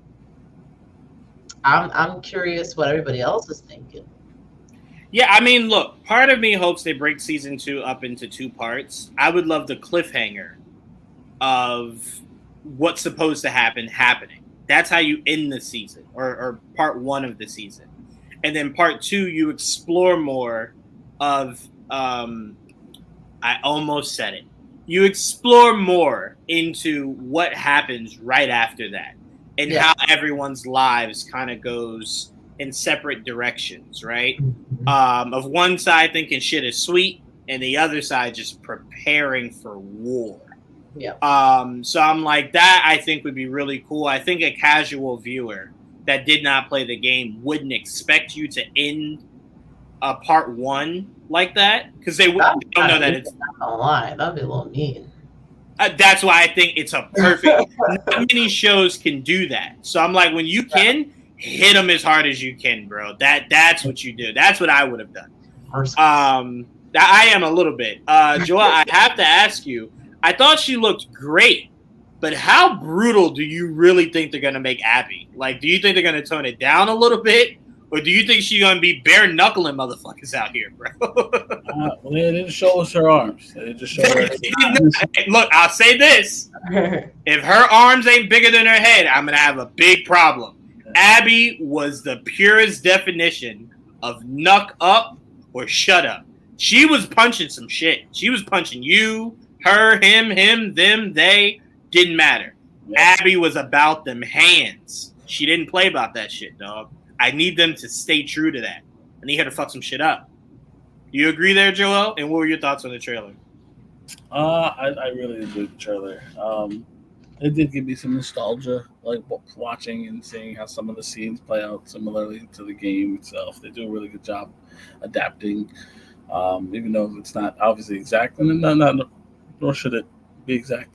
But overall, I think we will get exactly what we're expecting. I don't know if it needs to be the ending, considering I believe it happens early in the game. Very early in the game. Yeah, very early. I don't know. I'm very excited, though, because if you thought 1 was good, and I thought season 1 was really good, but the second game is really fucking good. Last of Us 2 is really good.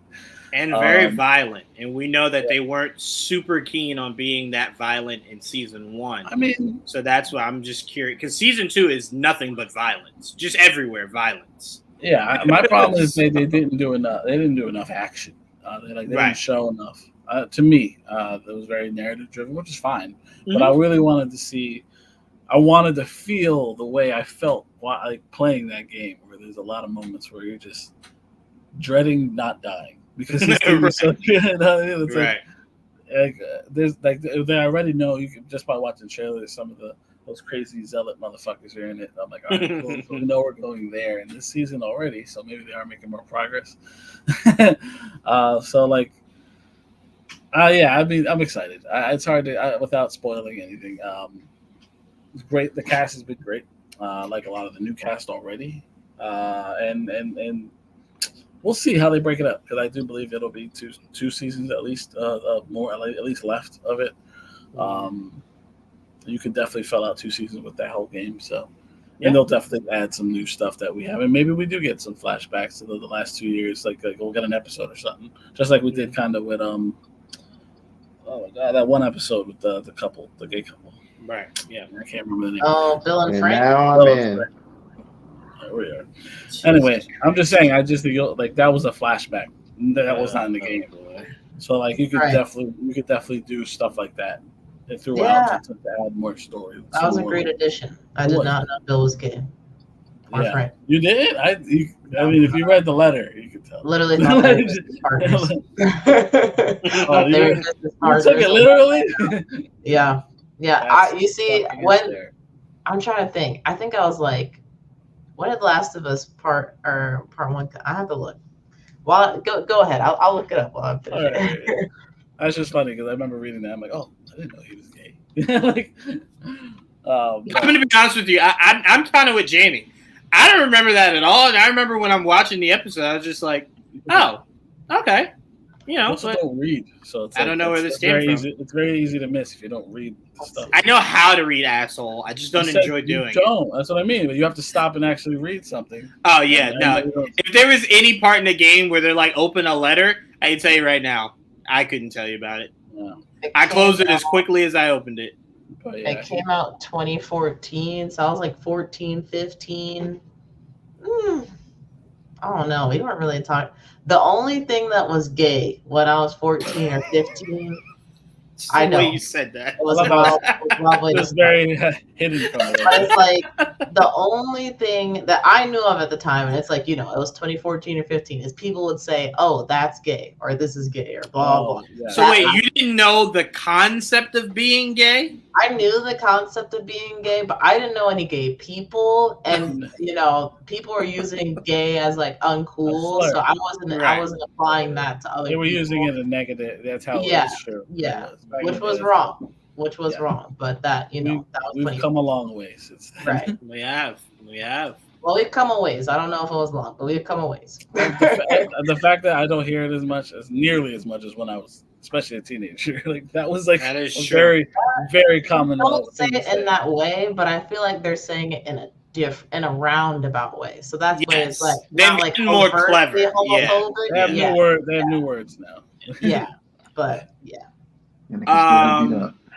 Would you say, Trayvon?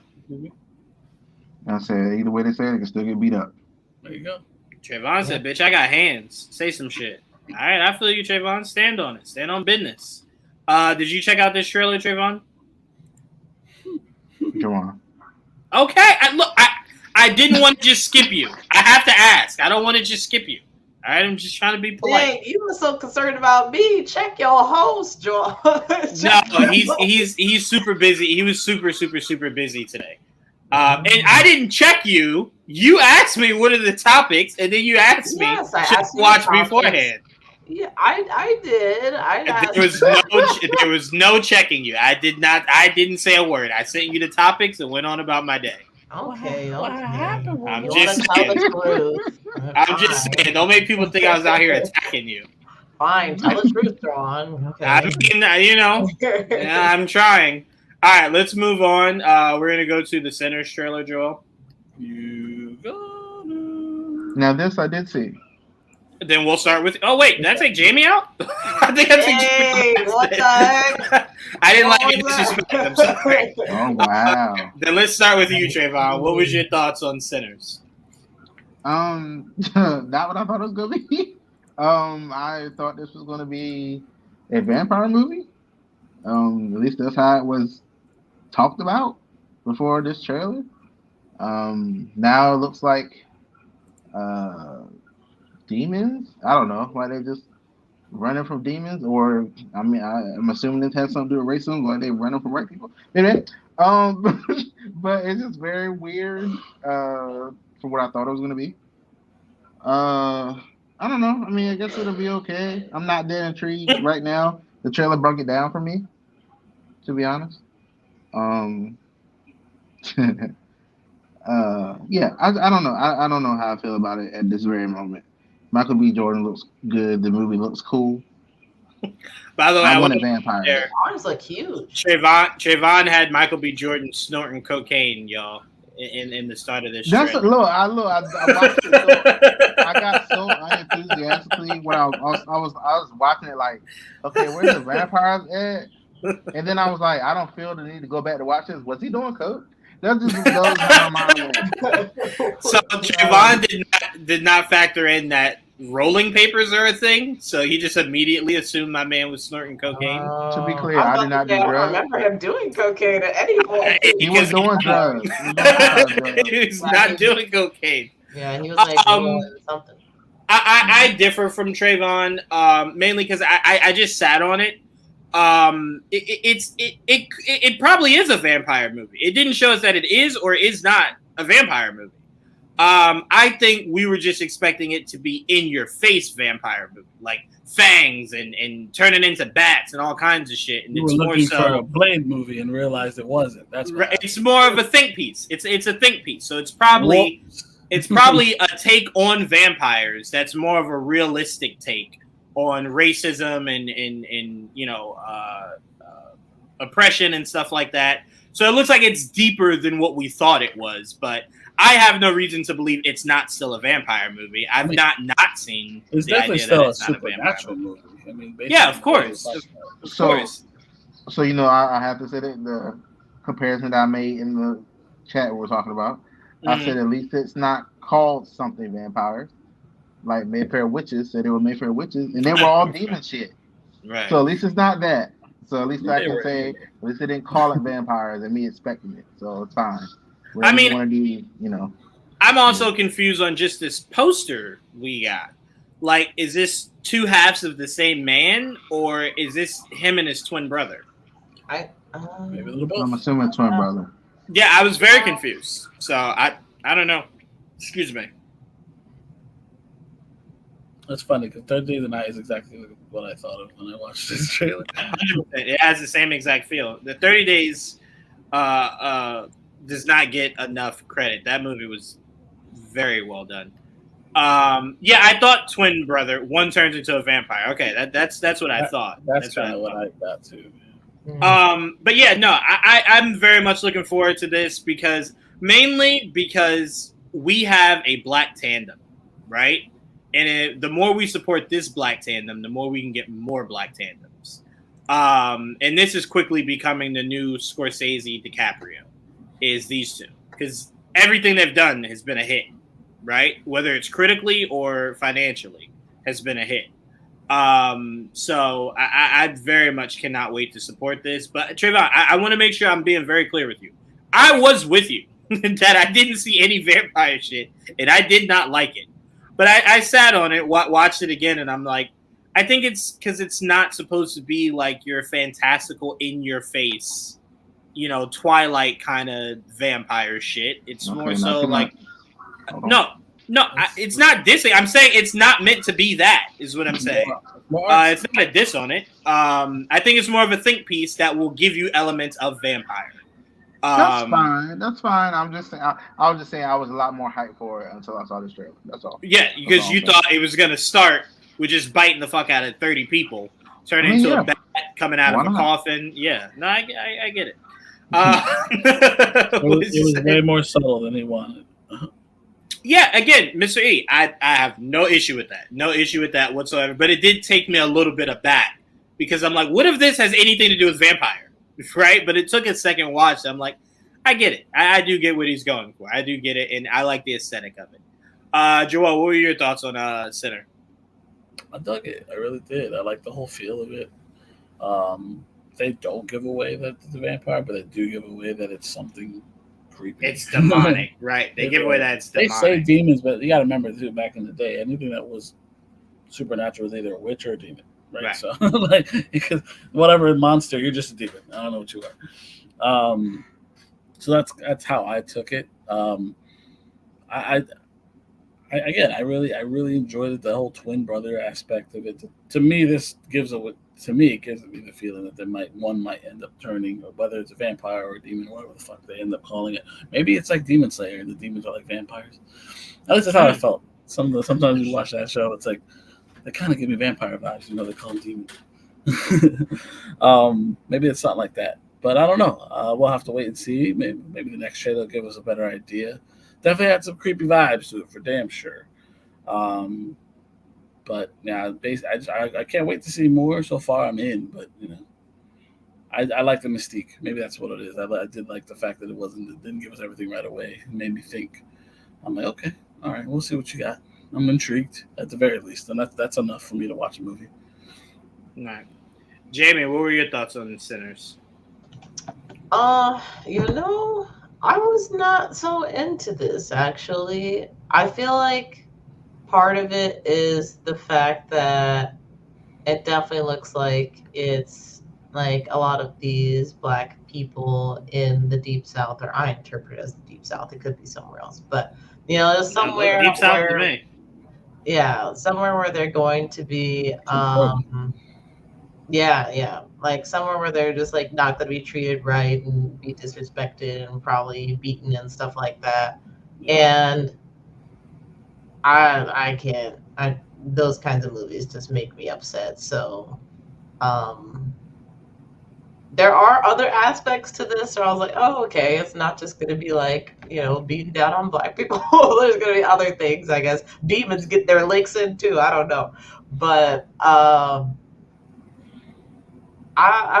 would be curious to see a second trailer to see if they can like dive a little bit more into like the supernatural parts of this, because they definitely did kind of the I guess went about it the Jurassic Park style. It's like you don't necessarily see all the monsters and stuff, but you know that they're present based on people's reactions and stuff. Right. So I feel like I just need to see it like one time to really believe it.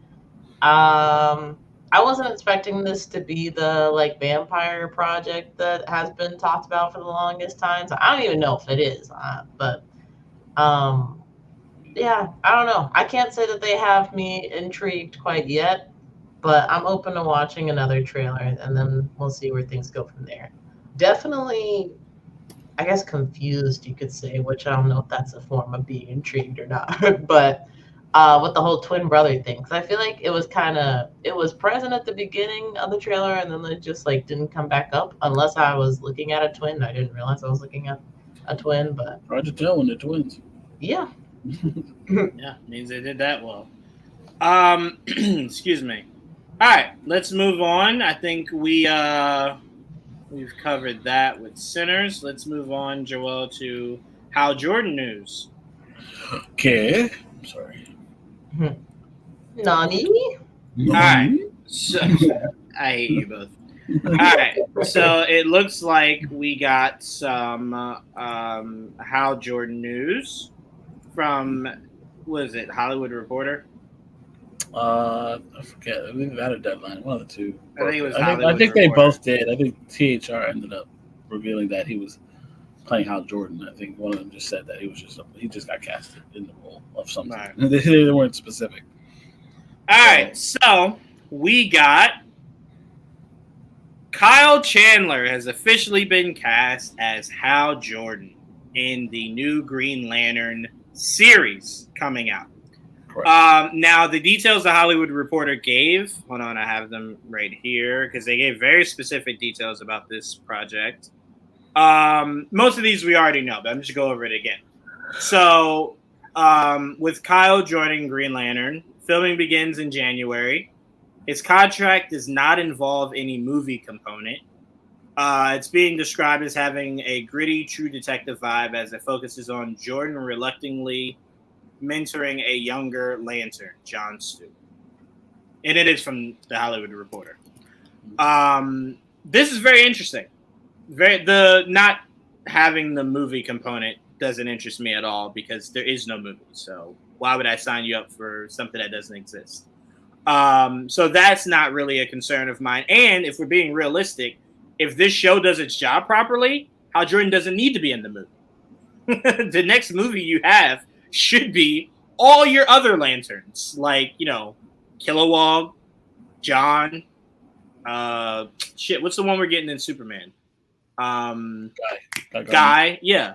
So I'm like, you don't need to focus on Hal. The whole purpose of this movie is passing the torch to John, so you don't have to focus on Hal. It's probably why they went with the less expensive lead, because it's not paying you all this money to do this one show, and then I maybe don't need you for 3 more years. So I get that. Makes sense. And this is a great pick. It was one I never thought of, but as soon as they said it, I said, I see it as clear as day. I see it as clear as day. I love Kyle Chandler. I'm very excited that he got this role. And now I am curious, and we'll get into this after, so we'll definitely talk about this. If you didn't go big name for Hal, it means you kind of probably have to go big name for John.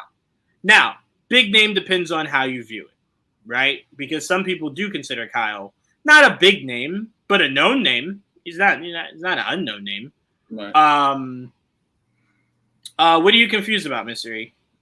What are you confused about? Yeah, we're here to help. That is our only casting or the show. I'm confused. Now I'm confused. he says the project, but he's saying he has the look. He's saying that Kyle Chandler definitely has the look. All right, so yeah, what about the project? Yeah, what about it confuses you? But for now, we'll move on to everyone's thoughts on this casting as he types that out. But Joel, what were your thoughts when this news came down the pipeline? I was shocked because I guess I should have realized that they were going to pull someone out of their ass when like we knew that Roland turned down the role, and then all those names were there. Like, oh, who's going to get it? I'm like, they're going to pull someone new, and I should have guessed that. And I never would have guessed Kyle Chandler. No. I just think it's so funny that it's literally the same two who were like basically the finalists for Cable ended up being the finalists for Green Lantern. It just worked out that way, except Brolin actually got both roles, except Brolin turned down the Green Lantern role. Whereas Kyle Chandler, I'll take it. Whatever. Yeah, happily. Yeah. I thought that was funny. I just thought that made me laugh. That it just all these years later, it's those two guys again. And I don't think they would fit the same type of character, but whatever. Joel, here, this is a home run for you. You can easily explain this to Mystery. Really? Okay. Yep. This show, is this a different Lantern connected to Gunn, or is it an old Lantern show that was announced? Oh, no. This is very much Gunn's Lantern show. It's called Lanterns. It's in the new universe. Oh, that old show is done. Got canceled. There's been 2 different versions of that show, yes. But those are gone. That a lot of all that is gone. Unfortunately, they went in a different direction. This is a new writer's room, new leads, new showrunner, and obviously now they're using John and Hal, whereas before they were going to do something in different time periods with Guy and random Lanterns throughout time and Alan's. It sounded interesting, but we never got there. So here we are. This will be connected. This will be in universe. And now you'll get your Hal Jordan and you get your John Stewart right up front. Right. And the last time we heard about a Green Lantern movie with Hal Jordan and John Stewart, it was supposed to be Lethal Weapon in space. This is going to be True Detective on Earth. So yeah, basically. I mean, True Detective was on there, so it's going to be funny how they did it again. Right. With more, I guess, space, more sci-fi elements, I'm assuming. Right. So far, we agree, DJV.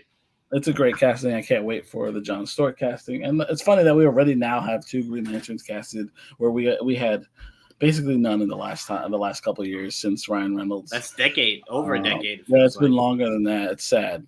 And I really believe that movie, it hurt the character because Ryan wouldn't just not stop talking shit about it. No. So it just made it worse.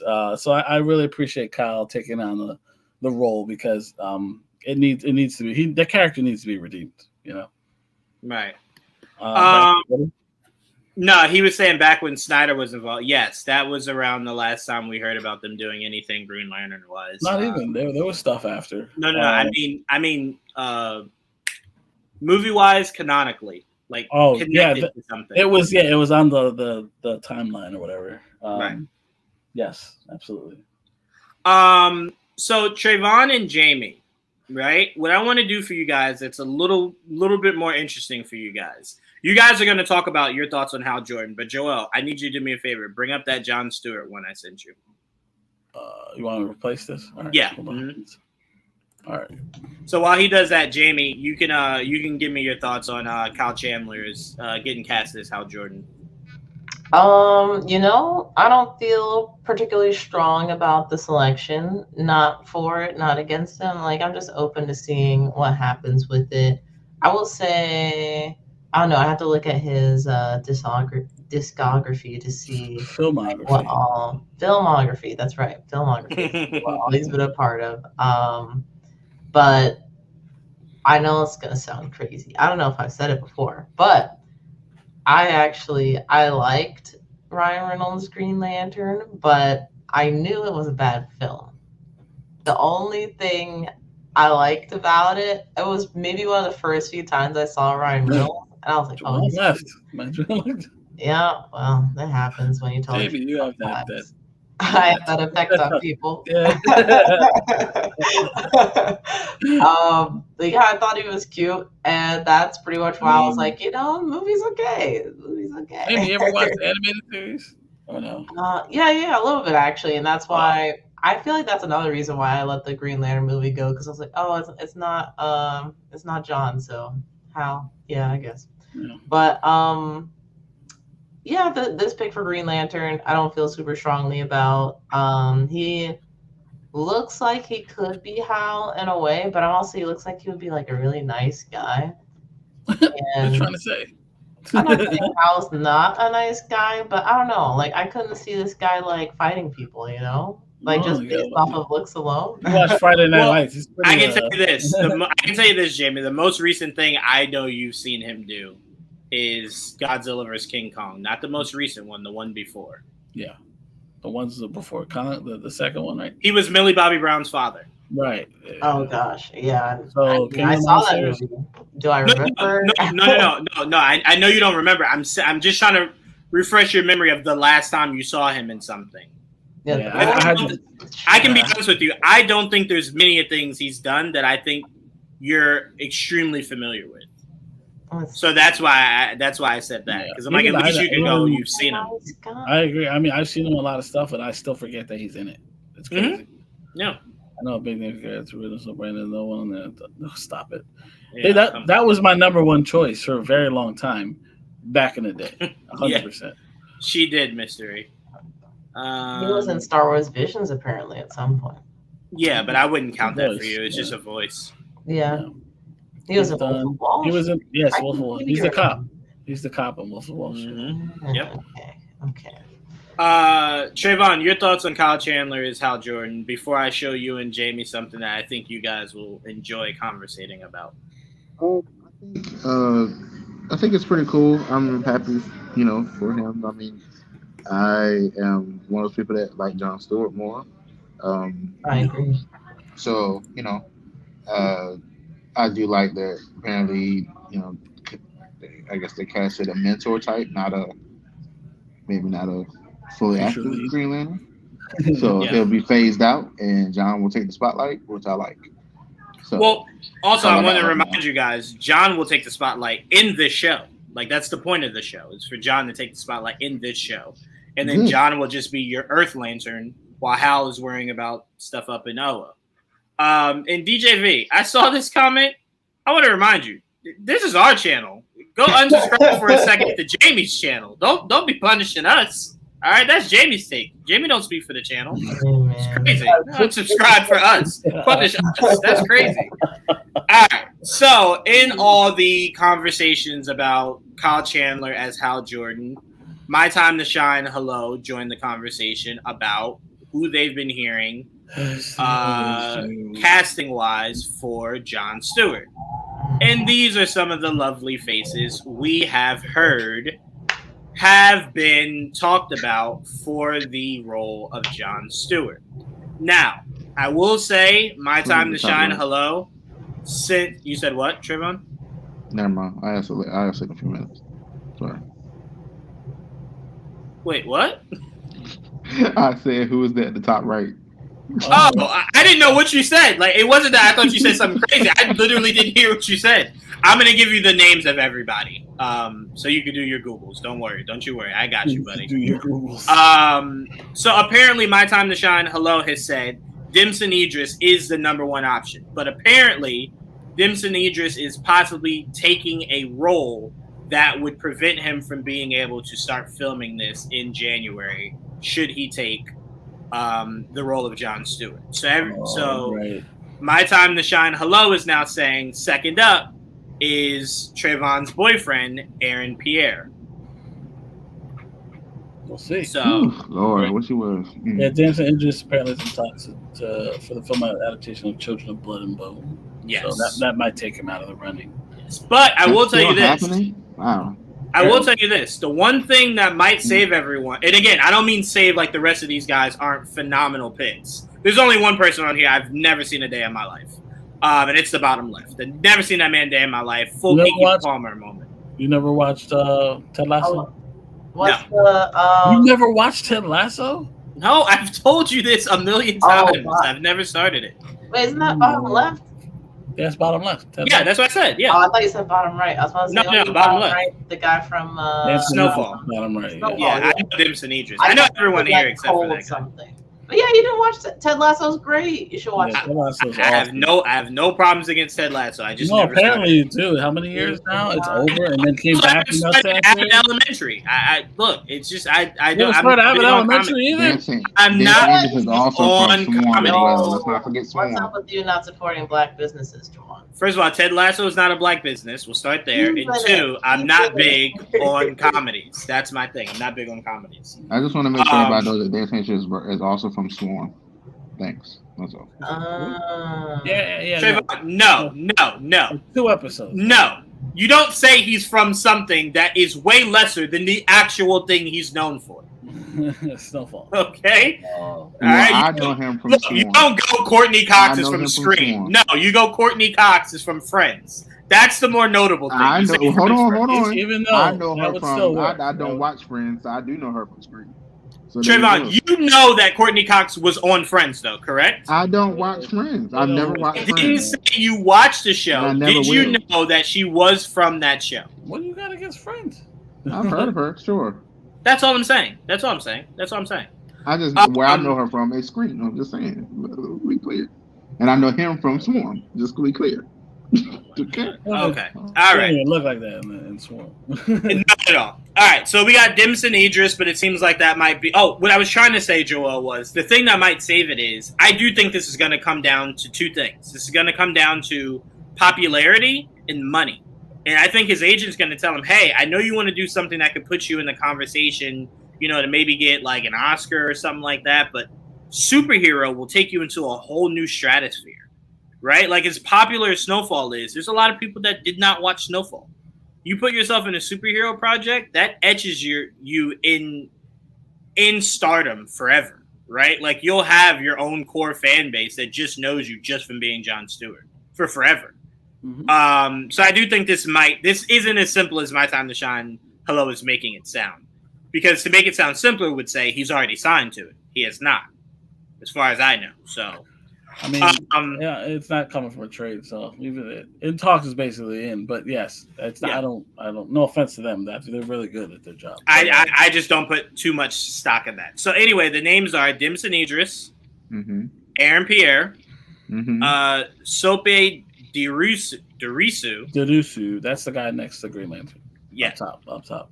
yes, Oh. he He's is from Gangs of London. the Gangs of London. Yes, Oh, and that show is good. And That he show is phenomenal. awesome in it, by the way. you also have Kelvin Harrison Jr. That's top to the right. Top right, yeah. All right, Yep, thank and then you. you have Toheeb Jimu. That's bottom left. He's from Ted Lasso, which Yes. Yes, he is. And again, My Time to Shine said apparently it is down to Idris and Pierre. So you can see. we will. And look, here's why you can't take everything, quote unquote, scoopers say. Remember, these same scoopers told us Timothy Oliphant, Chris Pine, Ewan McGregor, and it was Kyle Chandler. That was never mentioned ever, not once by anybody. Yeah. So it could literally not be anyone we're looking at right now. So I just want to keep I just want to, just take that into account, everyone. Great grain of okay? salt. Because Kyle Chandler was in no one's thoughts. That's not James Gunn and the people working on that show. Yeah. Okay?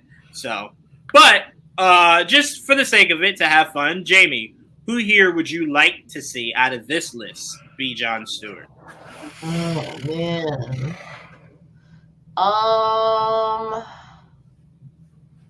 I would be down with, and y'all know I don't know anybody's name, so I apologize. Just tell me where he is on the picture. I'd be down with the bottom right. I feel Damson like, Idris. yeah, because I will also admit I have not seen Snowfall. I've seen bits and pieces of my dad watching it, and my dad like never watches TV, so that's how I know Snowfall must be really good. So I would be down to see that because I've seen like little bits and pieces of his performances and I've been really impressed with him. And I'd also be curious, like, She saw Swarm. I did see Swarm. There you go. That's why. I would be curious how they would kind of approach like a little bit of a younger John, and I feel like he could also like grow into the role a bit. Like we would have him around for a while. So I can tell you guys this right now. I looked into it. Everyone in this photo is around the age of 28 to 34. No one's higher. I think Damson is the oldest. Dimson, I think no. What's his name from the Gangs of London is 33. I think Damson Idris is 31 or 32. Oh, he's okay, so they're the same age. There you go. There you go. Well. All right, so Jamie's going with Damson Idris. Apparently, Swarm is that intoxicating. All right, so apparently my Wonder Woman is Chloe Bailey, right? If we're going off Swarm. That scene was intoxicating. Yeah, so going off that scene, Chloe Bailey's my Wonder Woman, right? That's what we're basing it off of? All right. They want a long-term Green Lantern. Well, I mean, we can't say that because you could have just made Hal Jordan younger. So that's not the case. They just want Jon Stewart. No, he was saying they want a long-term Green Lantern. I'm like, they could have just made Hal Jordan younger. That's not the case. They just want Jon Stewart. That's right. Yeah. Obviously. Yeah. So it's not.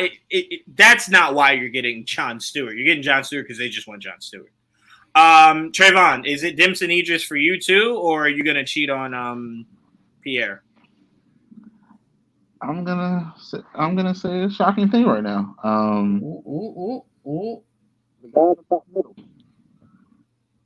What was the shocking thing? The guy in the top middle for me. Really? Oh, okay. Sope? Okay.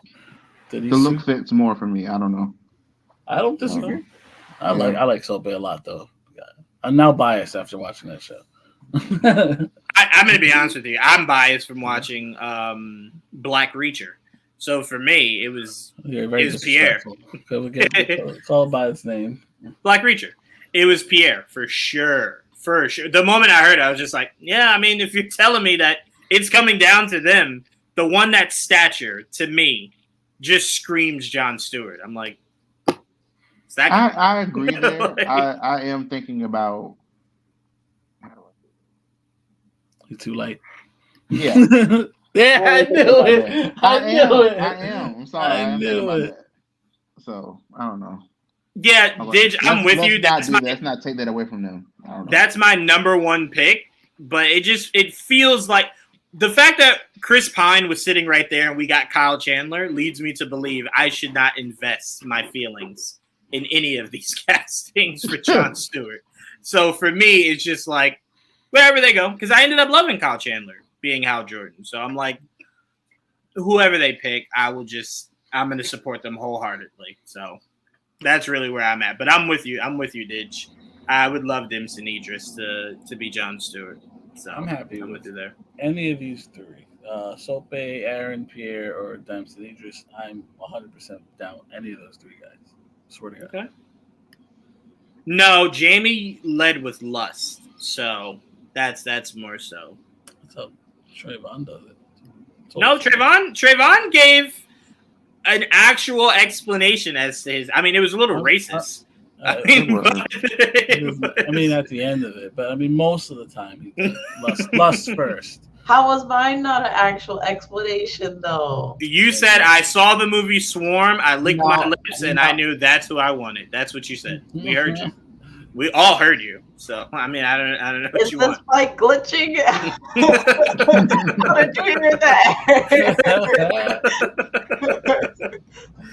We lead with facts, not lust here, Jamie. Get it together. Get it together. Facts, but no, I don't know. Aaron Pierre does deserve, though. I'm not gonna say. I'm not gonna.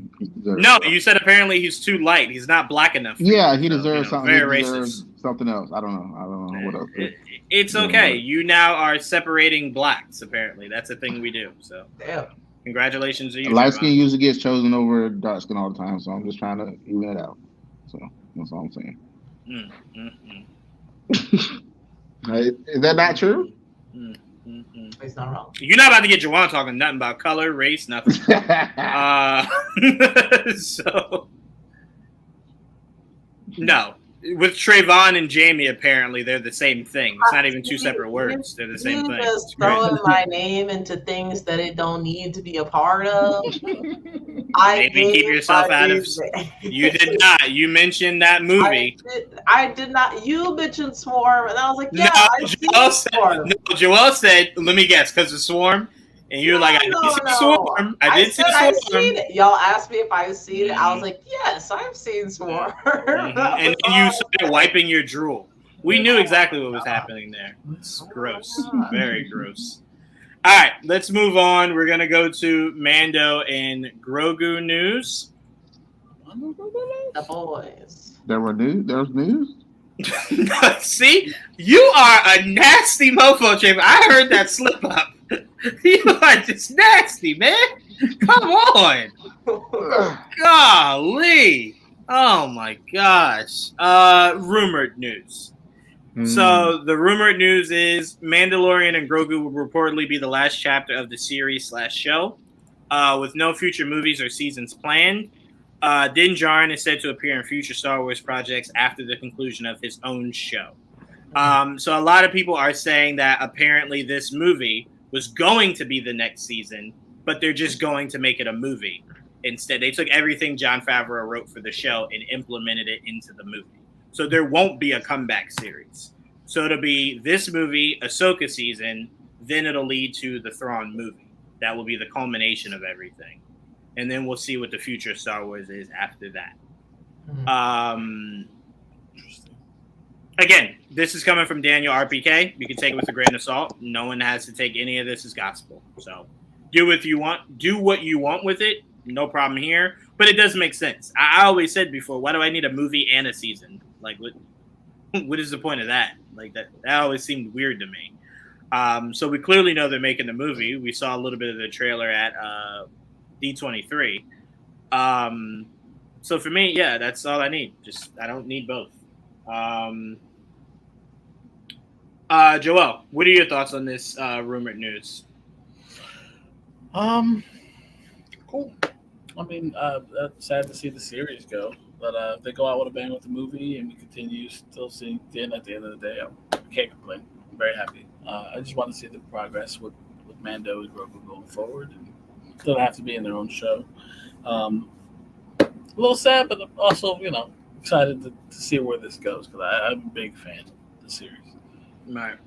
I'm with you there. Trayvon, what are your thoughts on this rumored news?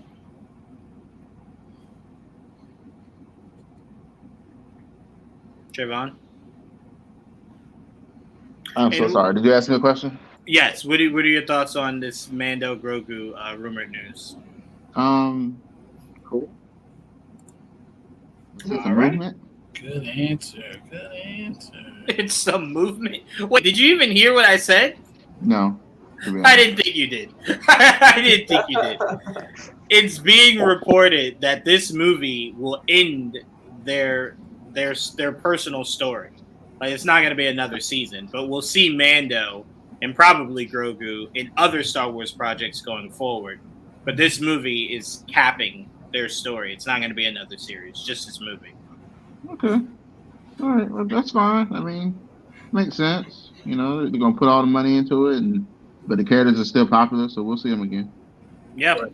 And apparently this wasn't as simple as, oh, instead of making a series, let's just make a fun movie. Apparently this was turned into a movie because Bob Iger walked in the room and said, I'm cutting back on shows. One Star Wars show a year. So they were just like, well, if he's going to do that, but still give us a budget, why not just make it a movie? So apparently Bob Iger's cracking down on a lot. Apparently that's why those 2 Star Wars movies were halted. Bob Iger's not liking the numbers he's hearing going on for those 2 projects. So he's taking his time with that. Makes sense. Look, I mean, Bob Iger coming back. Popular character, so I mean. No, that's very true. But Bob Iger coming back might be the greatest and the worst thing that happened to us. Because although we didn't need as many shows as we were getting, 1 Star Wars show a year, I find to be completely unacceptable. I find that should be criminal. 2 Star Wars shows. Yeah, I'm at least 1 live action, 1 animation. I'm fine with that. 1 to start the year, 1 to end the year. I can live with that because you can get the Marvel stuff in between. But just 1 period, that man's on crack. Jamie, what are your thoughts? I thought that it had already been discussed that, like, the next Mando Grogu thing that we see, it will probably be towards the end, if not the end of their story. So I don't know if I heard that somewhere, if I just read it, I don't know. But either way, I'm not too surprised. I'm not too surprised that we're not going to have, I guess, much more time with Mando and Grogu together, at least not in the format we've seen them in. Yeah, what else was I supposed to be answering to? No, just that they're not going to continue the show, but we'll see them again in the future. But this movie is taken up for the show. Yeah, I don't disagree with the decision. I really like season 1. Season 2 I did not enjoy so much, and then season 3 I feel like was solid, but I didn't enjoy it as much as I did season 1.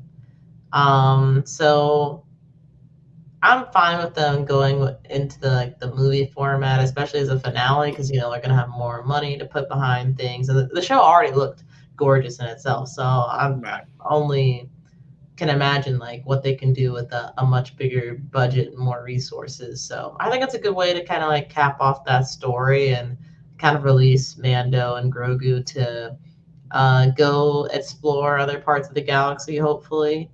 And yeah, no, I'm cool with this. I did not know the whole only 1 Star Wars show a year thing, though. That is kind of. It's, again, I want to also add, it's rumor. It's not like Bob Iger came out in an interview and said, I only want to do 1 a year, unless I'm tripping. But I think this is just what a lot of people are hearing.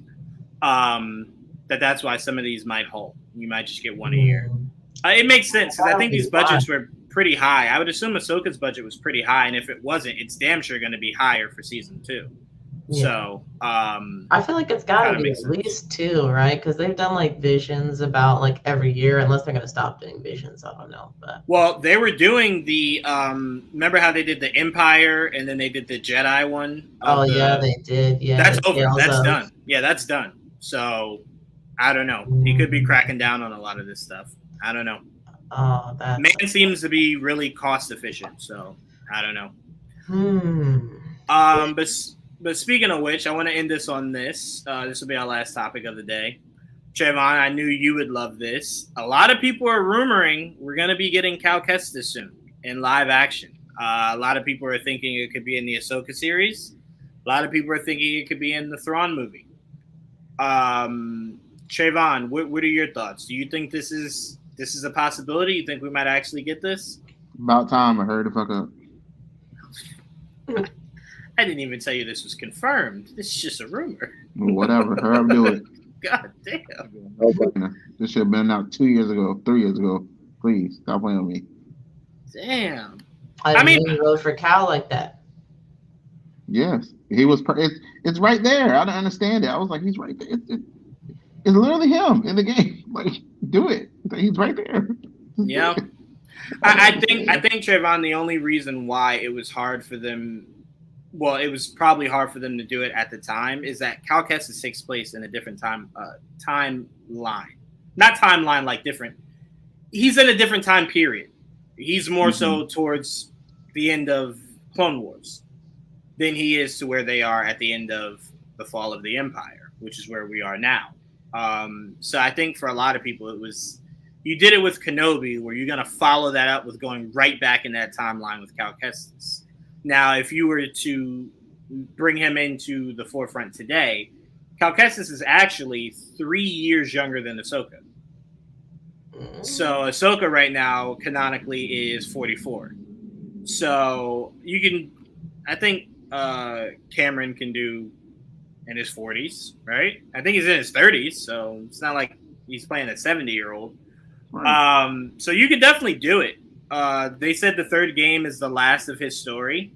So that's probably confirmed, but that's assumed. Oh wait, did they I think they came out and said it. They said that they're wrapping up his story after the third game. So that's why a lot of people started speculating, well, maybe they're going to wrap it up there and allow live action to pick up from where they leave off.